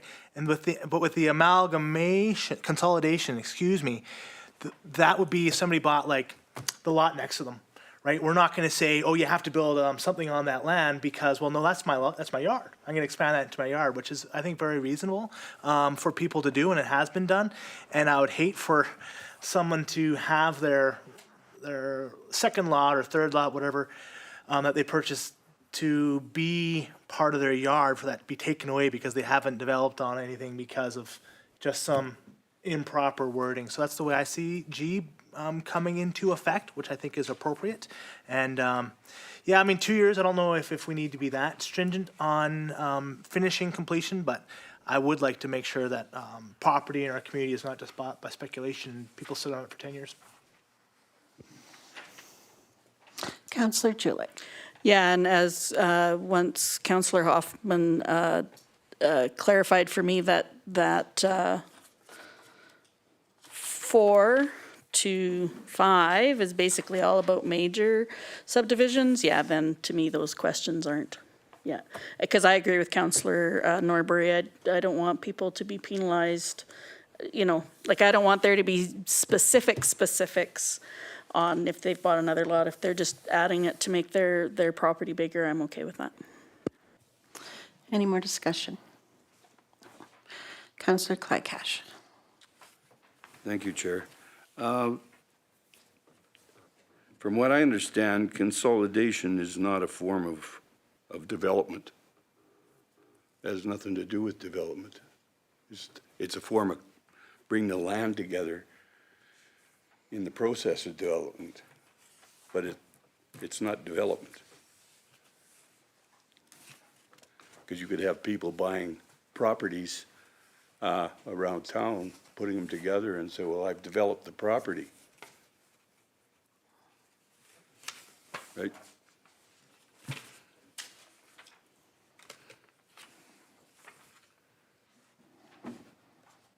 Councillor Hoffman? And just for clarification from Councillor Clerkash, are you suggesting that we strike 4.5G from our policy? Well, I think it's a misnomer, as far as I'm concerned. Okay, that's the It only. doesn't have anything to do with the development of the property. Because when you're pointing that out, I'm agreeing with you. I thought A was going to cover that, but it doesn't, because it specifically uses development as well. So if it's going to count as consolidation, I have no problem if you want to make a motion to strike G. I'd support it. I move that G be stricken from the development assurances and timelines requirements. Second the motion? Councillor Hoffman? Discussion? Councillor Norbury. Thank you, Chair. I'd like some clarification on staff as to why this might be in there. And would we be getting ourselves into a situation where if somebody purchases land for amalgamation into their current lot, would the removal of this clause potentially get them into problems with purchasing? Ms. Torville. Thank you. Council can remove this from the policy or request that it be removed from the policy. And again, it is a policy, and council can waive policy at any time. And if should there be any things that come up during a major development or subdivision, sure that reports would be brought to council and for approval to move forward or not, or, you know, as it goes. As a case-by-case situation as well, because I'm sure there will be unique situations that would come up.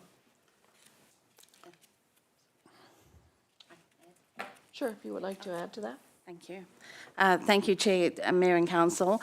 4.5A, A and G, when we added in the majors and the minor, now that I read it, A and G would technically belong in minor subdivisions, because if we test 4.5A, district-owned lands will be sold for the purpose of immediate development and use.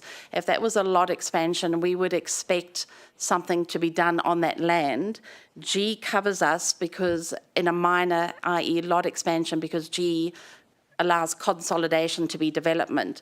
So if council would like to consider moving A and G under the minor lot expansions, that allows us to keep a handle on some of those smaller lots.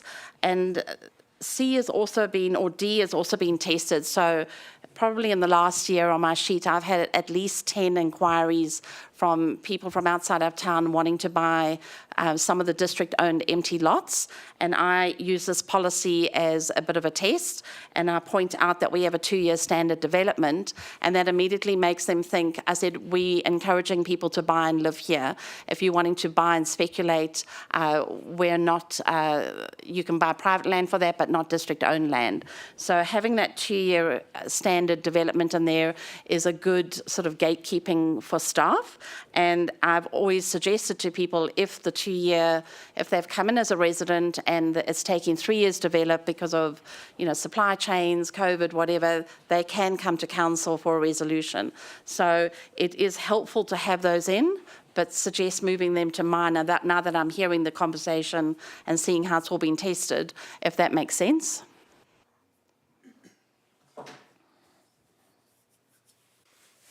Mayor Krakowka. Thank you, Chair. It makes sense. I understand my motion on the floor, but I almost wonder if this shouldn't be sent back to be cleaned back up again and then brought back forward. I'll be honest, I'm not a big fan of move this over here and this to there, and then it's going to come forward to a regular council meeting and voting on to move it forward. I'd rather see it in front of me, and if more changes need to be done, to me, it's a PMP. I'm going to put a motion on the floor to defer 4.2.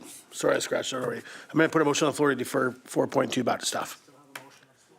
Still can defer it with the motion on the floor. Just the motion doesn't go away, it's still there. So, I mean, if this doesn't want to be supported, we'd rather turn the motion down first and then defer. I don't like the moving, but that's just my opinion. Councillor Hoffman. Are we deferring or second motion, or are we seconding the deferral? Seconder. Councillor Norbury. No. Discussion?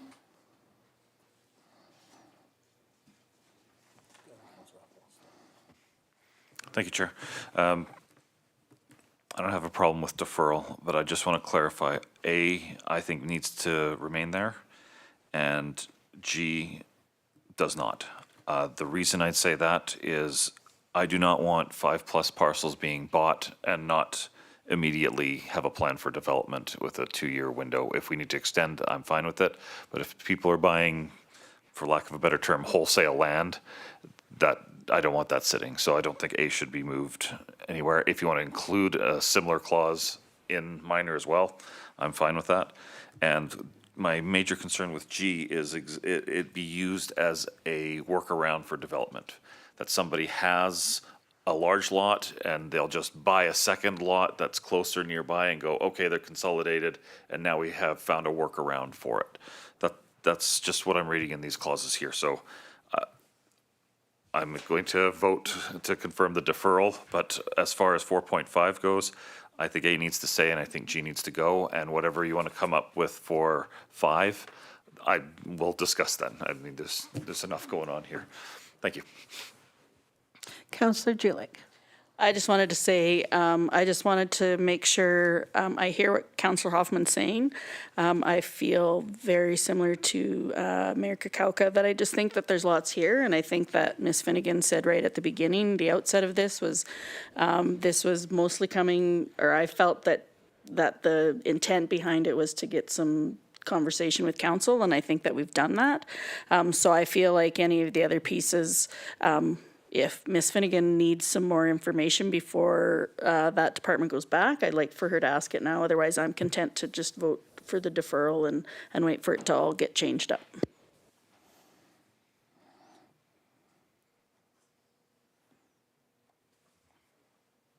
Do I go to you first? Staff? Yeah, so Ms. Torval. Ms. Torval? Yeah, so you can turn that back on. Good. We're good, thank you.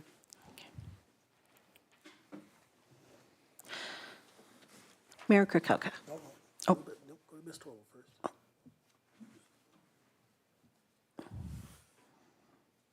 She said she's good. Thank you. She said she was good. Did you want to speak? No. Okay, we're good. Yes, we're good. Okay. Mayor Kakauka.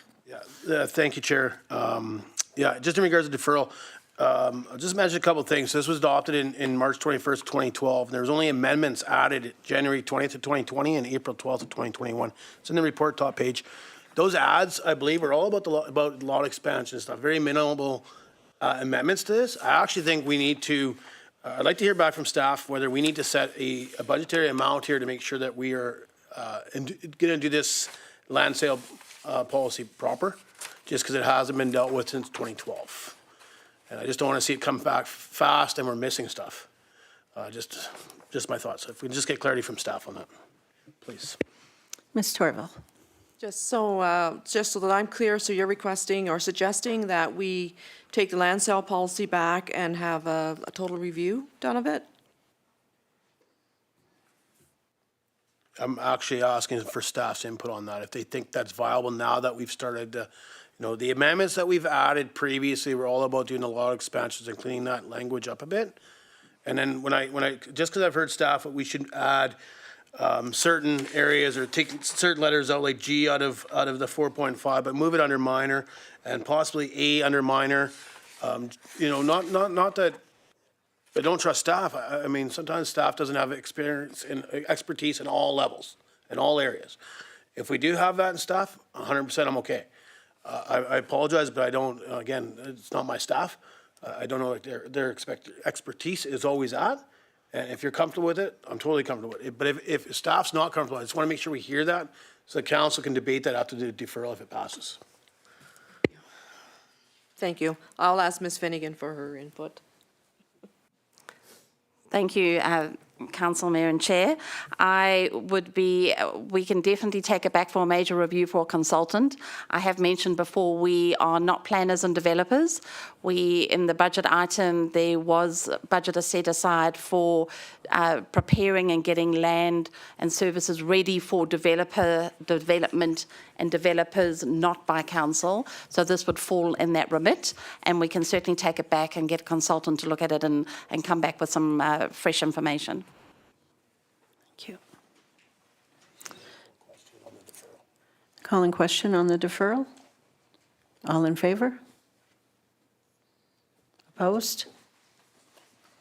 Carried. Follow up. Okay. 4.3. Grant and aid policy, TR 28, grant and aid policy presented for council's review. Recommendation, Councillor Julick. That council receives the grant and aid policy TR 28 for discussion. Nothing for staff? Oh. Mayor, seconder, Mayor Kukoc? All in favor? Carried.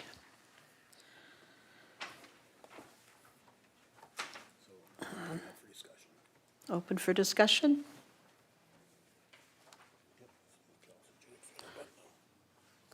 Councillor Julick. I've looked over this. I really feel like there's, like, so the last time it was amended was in 2018. I'm a favor of not having as many words. And honestly, I was kind of excited because I was like, oh, I can go through this and edit it, and that's kind of what I like to do. And I think that we're there with this one. I would like to, before I make the motion though, I just feel like it's really wordy. I also think that we're maybe at a point where we standardize how we bring in, like, so for example, the Council of the District of Tumbler Ridge, and that gets repeated throughout the document, and I just feel like that gets really wordy. So if we standardize and we have a page in the policy, so maybe it is the Council of the District of Tumbler Ridge happens once, but in the rest of the body of the policy would be DTR Council or something like that, that we start with it all written out to begin with, but then it gets shortened further in. Those are just little housekeeping things, but even like on the first page, I would, you know, there's a ton of stuff I would take out just simply because I think it's repetitive. And when you look at the first time it was looked at was 2009, and then there's only been amendments since. I think it's time to have it taken a look at, and I would like to make a motion that, well, I don't even know, do I make it, like, I guess, I don't know that it's a motion, but I think it needs to go back to staff and have it really gone through and wordsmithed a little bit better, take out all the big words and the repetition and stuff like that. I think the spirit of the policy is good, but yeah, I'd definitely like to see some changes. Yeah, I think, and not take the chair. Hold on. Sorry. Yeah, not to take the chair spot, but I think you're looking for direction, and I think that's what it is. Just give the direction for staff to do an overview or an overhaul of the grant and aid policy. Just so council's aware too, you know, I sat down with Councillor Dussault and we went through the agenda, so she does have notes and she's trying to follow them. We just got to give her some time and I explain it, and no different than when anybody else is chairing the PNP, is to take your time and don't get nervous.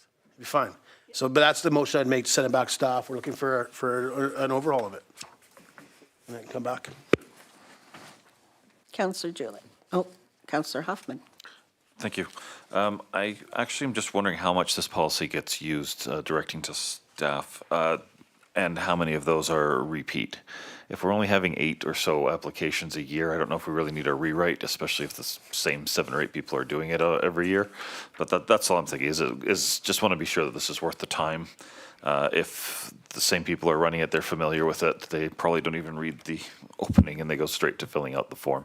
So just a general, how popular is this application? Councillor Julick. Oh, sorry. I'll refer to staff. Yes, thank you. It does get used, but again, like you said, it's usually generally for the most part, it's the same groups that use it year after year, because grant and aid policy gets used quite a bit, as well as the fee for service is more popular than the grant and aid policy. Yeah. Thank you. Councillor Julick. I would still like to make a motion that the grant and aid policy go back to staff so that all the different departments can look at it. Maybe there's some redundancies in there. Again, I think the wording is just too much. Like, I would even strike the whole to facilitate fair and equitable access to assistance. Like, I mean, there's some of that stuff that to me just doesn't need to be in there. And then so anyways, but I'm gonna stop talking. I would just like it to go back to staff and have them go over it so that each department can see where there might be some redundancies. A second. Counselor Norbury. Discussion. All in favor? Opposed? Carried. All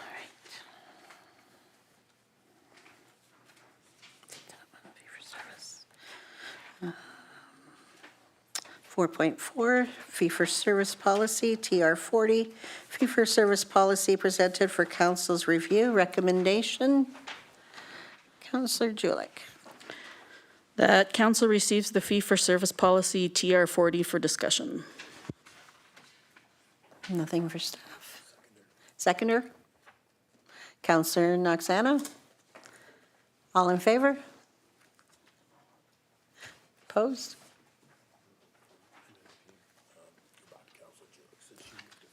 Okay. Councillor Julik? This is another one I'd like to just make a motion. So again, it was adopted in 2014. There's been 2 amendments, but I also feel like it just means we're ready. 5 years is a long time to have a policy sit, and 9 years is even longer. So I would like to make a motion that this go back to staff and have them come back to us with some possible changes. Basically the same thing I said for the previous item. Second? Councillor Hoffman? Discussion?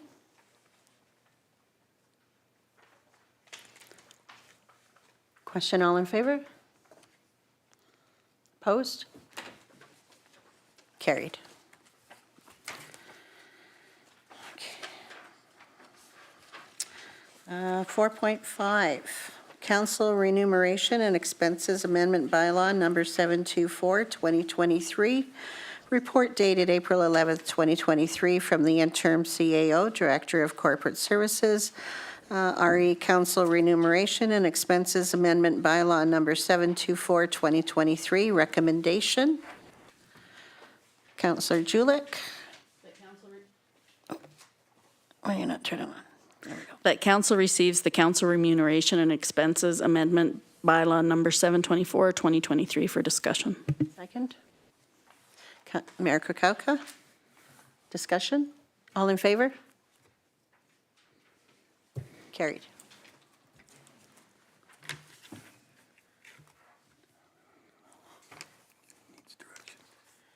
Okay.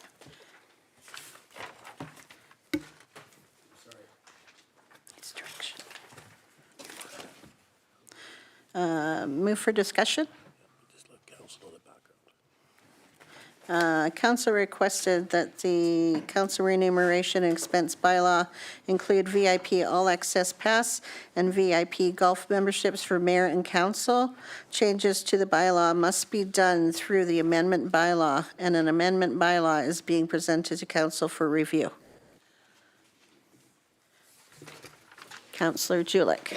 I feel like this kind of misses some of the things for me that are important for me, and those would be, I think it needs to say in here that it's voluntary, and I also feel like there needs to be a value, possibly, because, so it says the District of Tumbler Ridge shall allow the issuance of a VIP all access pass and VIP golf membership to the mayor and each councillor. There's no value assigned there, and it's only if those members so choose.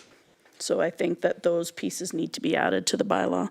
And I think that whatever the value is at the beginning of that year, that we need to look at the bylaw yearly. I don't think that we can leave that blank. And that's just my thought, because everything else is, like, I'm gonna say what I read, because it does show, it shows like number 1, that the district shall pay out its annual revenue. So when I go back into the bylaw, I didn't see where it shows the actual value of that, of what the pass would be. Ms. Torville? Thank you, Council.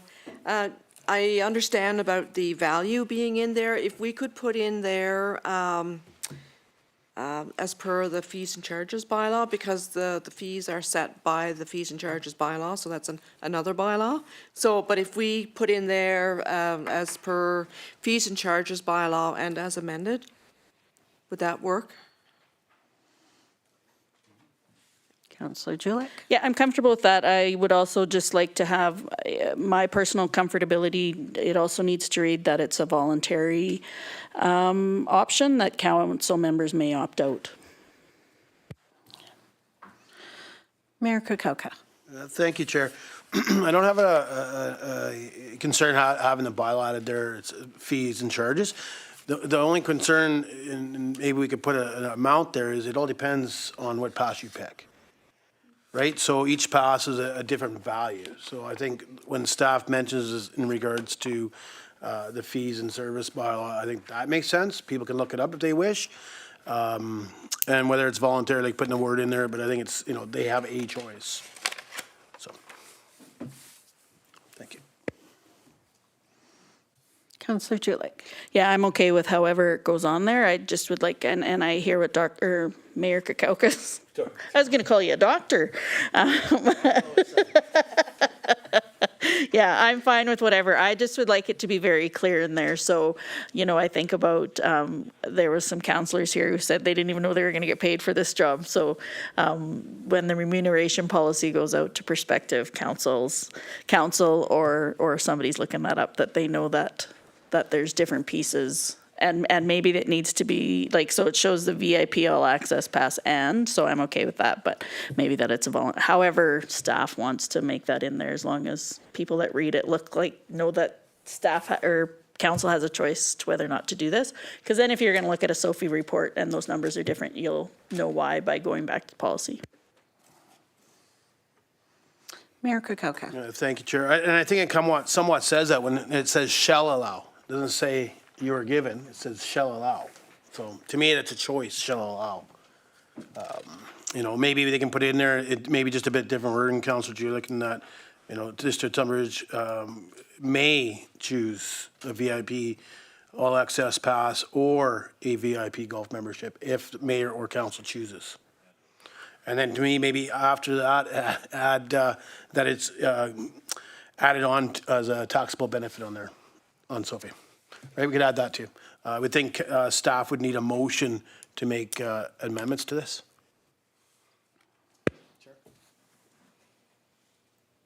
Ms. Torville?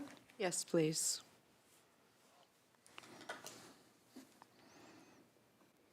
Councillor Julick? I'm okay to, so I guess I would look to see specifically what language Ms. Torville would like us to use for that.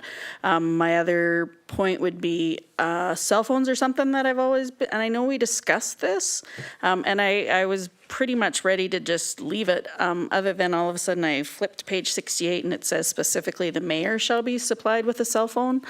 I feel like cell phones should, I think that if counselors do not choose to have their own cell phone per term or per year, that there should just be an automatic reimbursement of some sort there, rather than having to put an amount in for it. I know this has been talked about before, but I feel like if we're sending it back for changes, I'm okay to make a motion to change that, and I will do that. And for me, the motion would read that all council be given an allowance for their personal cell phones set by the CFO or the CAO. I'm fine with whomever that is. And that would also be Ms. Torville to be able to, because I think it can be set. My point around this, I'm not going to finish it because I'm going to have to get some feedback from Ms. Torville. My point around this is I know that I use my cell phone not necessarily for phone calls, but I absolutely do for mail when I am away from home. So my data definitely gets used. So I would like to have that changed within the policy as part of a remuneration and expenses. But I would like to get some wording and maybe some feedback from staff before I make the motion. Mayor Kukoka? Thank you. I thought she was putting a motion on the floor and it was all over the place. That's why I had my button pushed. 'Cause I didn't understand what you're making, but staff may want to talk to this because I know that there is already why it's not in here, and I already had cell phone marked because there's actually an expense for council for cell phones. So staff can probably speak to that. Ms. Torval. Thank you. I'll ask Ms. Geese to speak to the cell phone expense that we used to allow for a certain amount. Yeah, I can't exactly remember the amount. I'd have to get that back, come back with you with further information on that. Because I did look at it as a taxable benefit, and it would be a taxable benefit as well. That would be the one thing.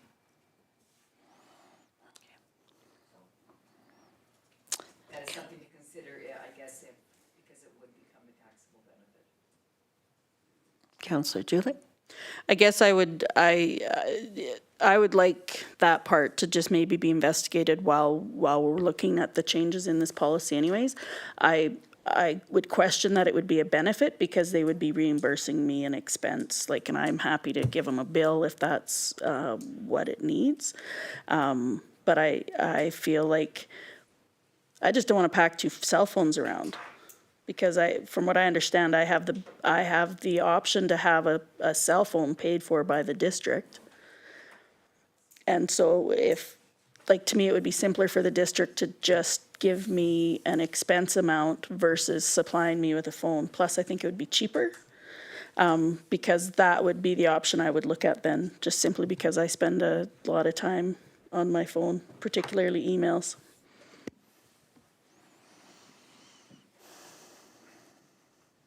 Councillor Hoffman. Thank you. And I think you answered it with clarification. So something like whatever half the district rate is for cell phones, apply it to personal cell phones. Here's my cell phone number, you know it works, and go from there.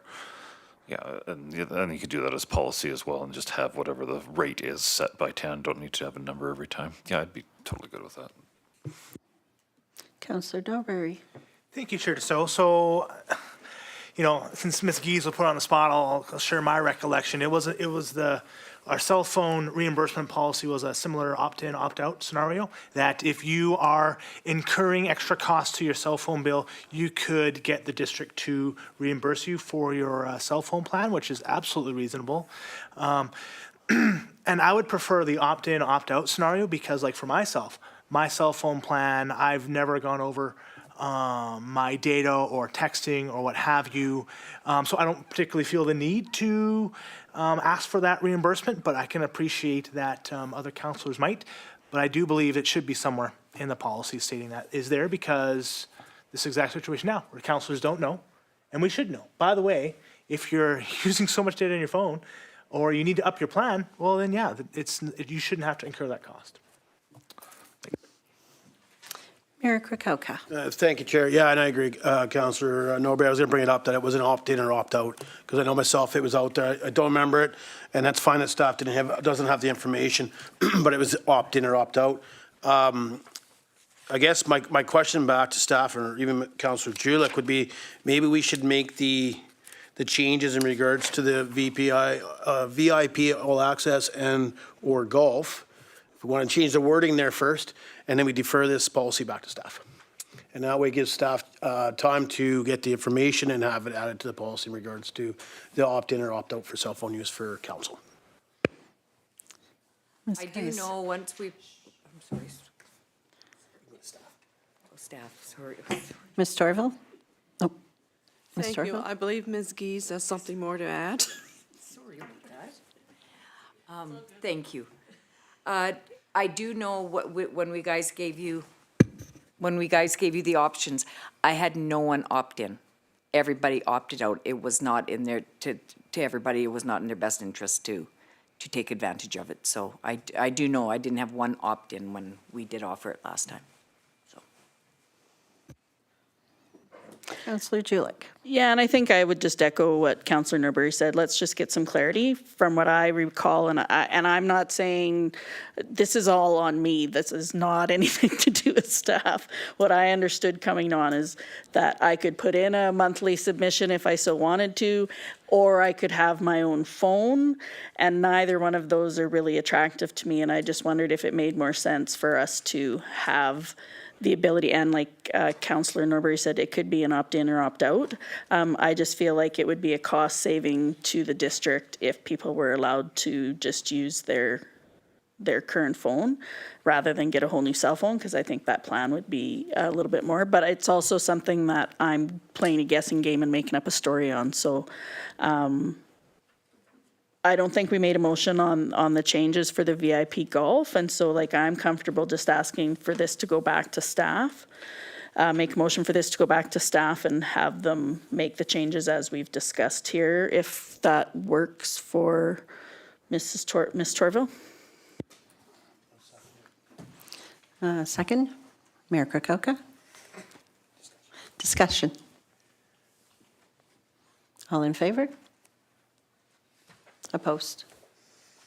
Carried. All right, item 4.6. Travel expenses for Tumbler Ridge Museum Foundation Executive Director. Report dated April 11th, 2023 from the Deputy Corporate Officer, RE travel expenses for TRMF Executive Director. Recommendation, please. Mayor Kukoka.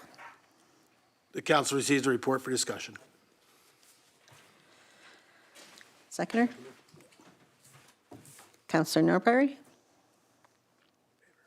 All in favor? All right. Councillor Noxana. I'm in favor of supporting the executive director of the museum to head down to attend these meetings. I'm just concerned that there's no amount here. Is it just that? Oh, okay. There's more information coming? Yes? Okay. Mayor Kukoka. Yeah, thank you. And that's why I moved it for discussion. Hope I get to speak first. To send it directly back to staff. The only reason I'm sending it back to staff the reason there's X's here is we actually had to wait for replies from ministry. And once we received those replies, I asked staff to try and get this in front of council so that council could discuss it, debate it, decide if it's something we wanted to do. This was one of the things that was put in my report when we did reach out to ministry. I'm not sure if staff had the opportunity to reach out and get a hotel cost and flight cost at this time. Ms. Torville. Yes, thank you, Council. So we have a ballpark figure, as you know, every time you call the airlines to look at flights, they change, sometimes drastically. But we're looking at this, as of today, approximately $2,000 for hotel and flights.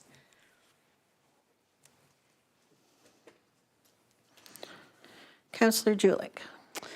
I would like to see whatever our per diem is for staff for food be added to I'd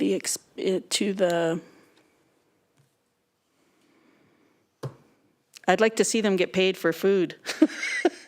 And I say that because I believe that having the conversation, I think it is a major, it's majorly important for us to have somebody from the museum be there. And I think that it will pay off in the long run. And I also know nonprofits definitely have to struggle for those dollars. And I would like to make sure that they're just what our regular per diem would be for ourselves when we travel.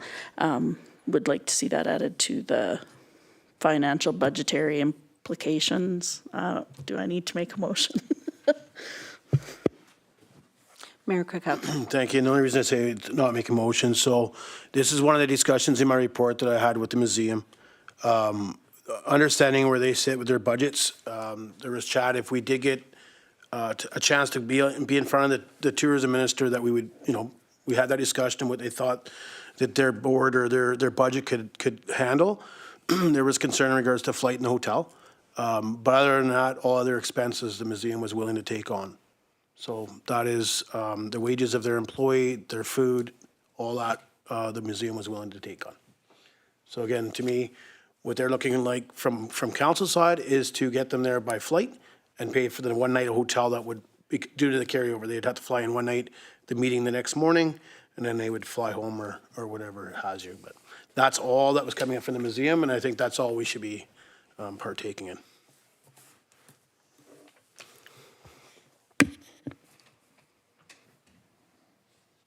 Councillor Hoffman. Thank you, Chair. Then it doesn't sound like anybody's really against this, so I make a motion that we allow for up to 4,000 just in case we get those really expensive lights to be allowed for the Tumbler Ridge Museum Foundation Director to attend this meeting. Mayor Kakaka. Seconder? Councillor Julik. Discussion, Mayor Kakaka? Oh, sorry. Thank you, Chair. Actually, I think we're setting the budget too high. One thing, I'll be honest with you, we're at a P&P, so we can move this to the next regular meeting of council. We actually can't motion on funds here. We can motion to move this forward to the next available council meeting. The reason this was put in front of council to P&P was to get the feeling of council. This gives opportunity for staff to realize that, yes, it looks like there's support of council and actually be able to book a flight. And know what the cost is and come back and say it's $1,800 and Winlow it.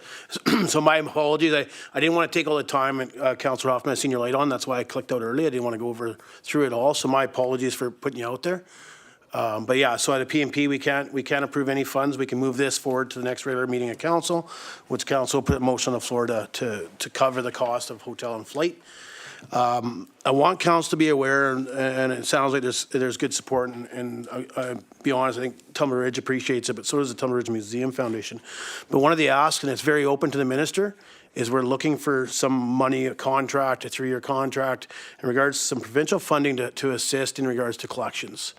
One of the people that will be at the meeting is the BC Collections BC Management.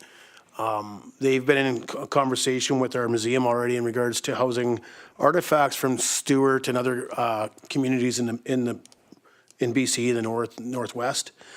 So we reached out through the museum, and they reached out to the organization to see if they'd be willing to come to this meeting, knowing that we're looking to have the government maybe fund us or fund the museum, and they were fully supporting coming to that meeting. So hopefully we see good news from this, and that's why we put it in front, or that's why I asked for it to be put in front of you. So just to clear off, I will not support this just because there's an amount on it, and I think the next motion should be that we just move it to the next regular meeting of council. Councillor Hoffman? Can we just amend it or not? Ms. Tarville? Thank you. Yes, you can amend it if you wish. Simply amend it to remove the dollar figure and move it to next general meeting. Seconder? Mayor Kakaka? All in favor? Discussion? Calling question on the amendment? All in favor? Carried. Now, is calling to question amendment, discussion for amendment on the motion. Call for discussion on the amended motion.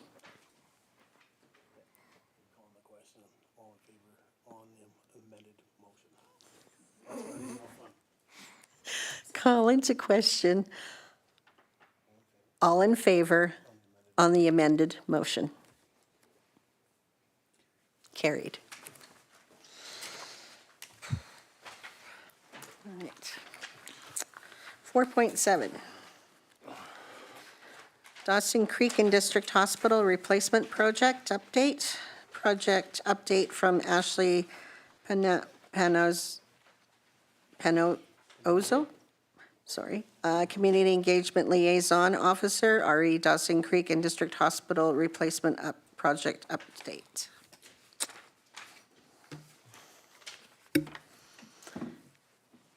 Any discussion?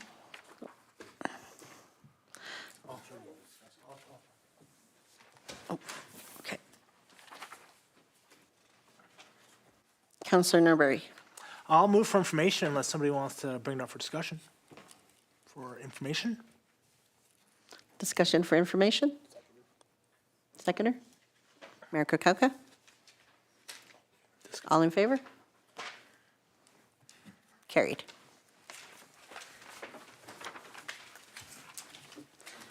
Councillor Norbury.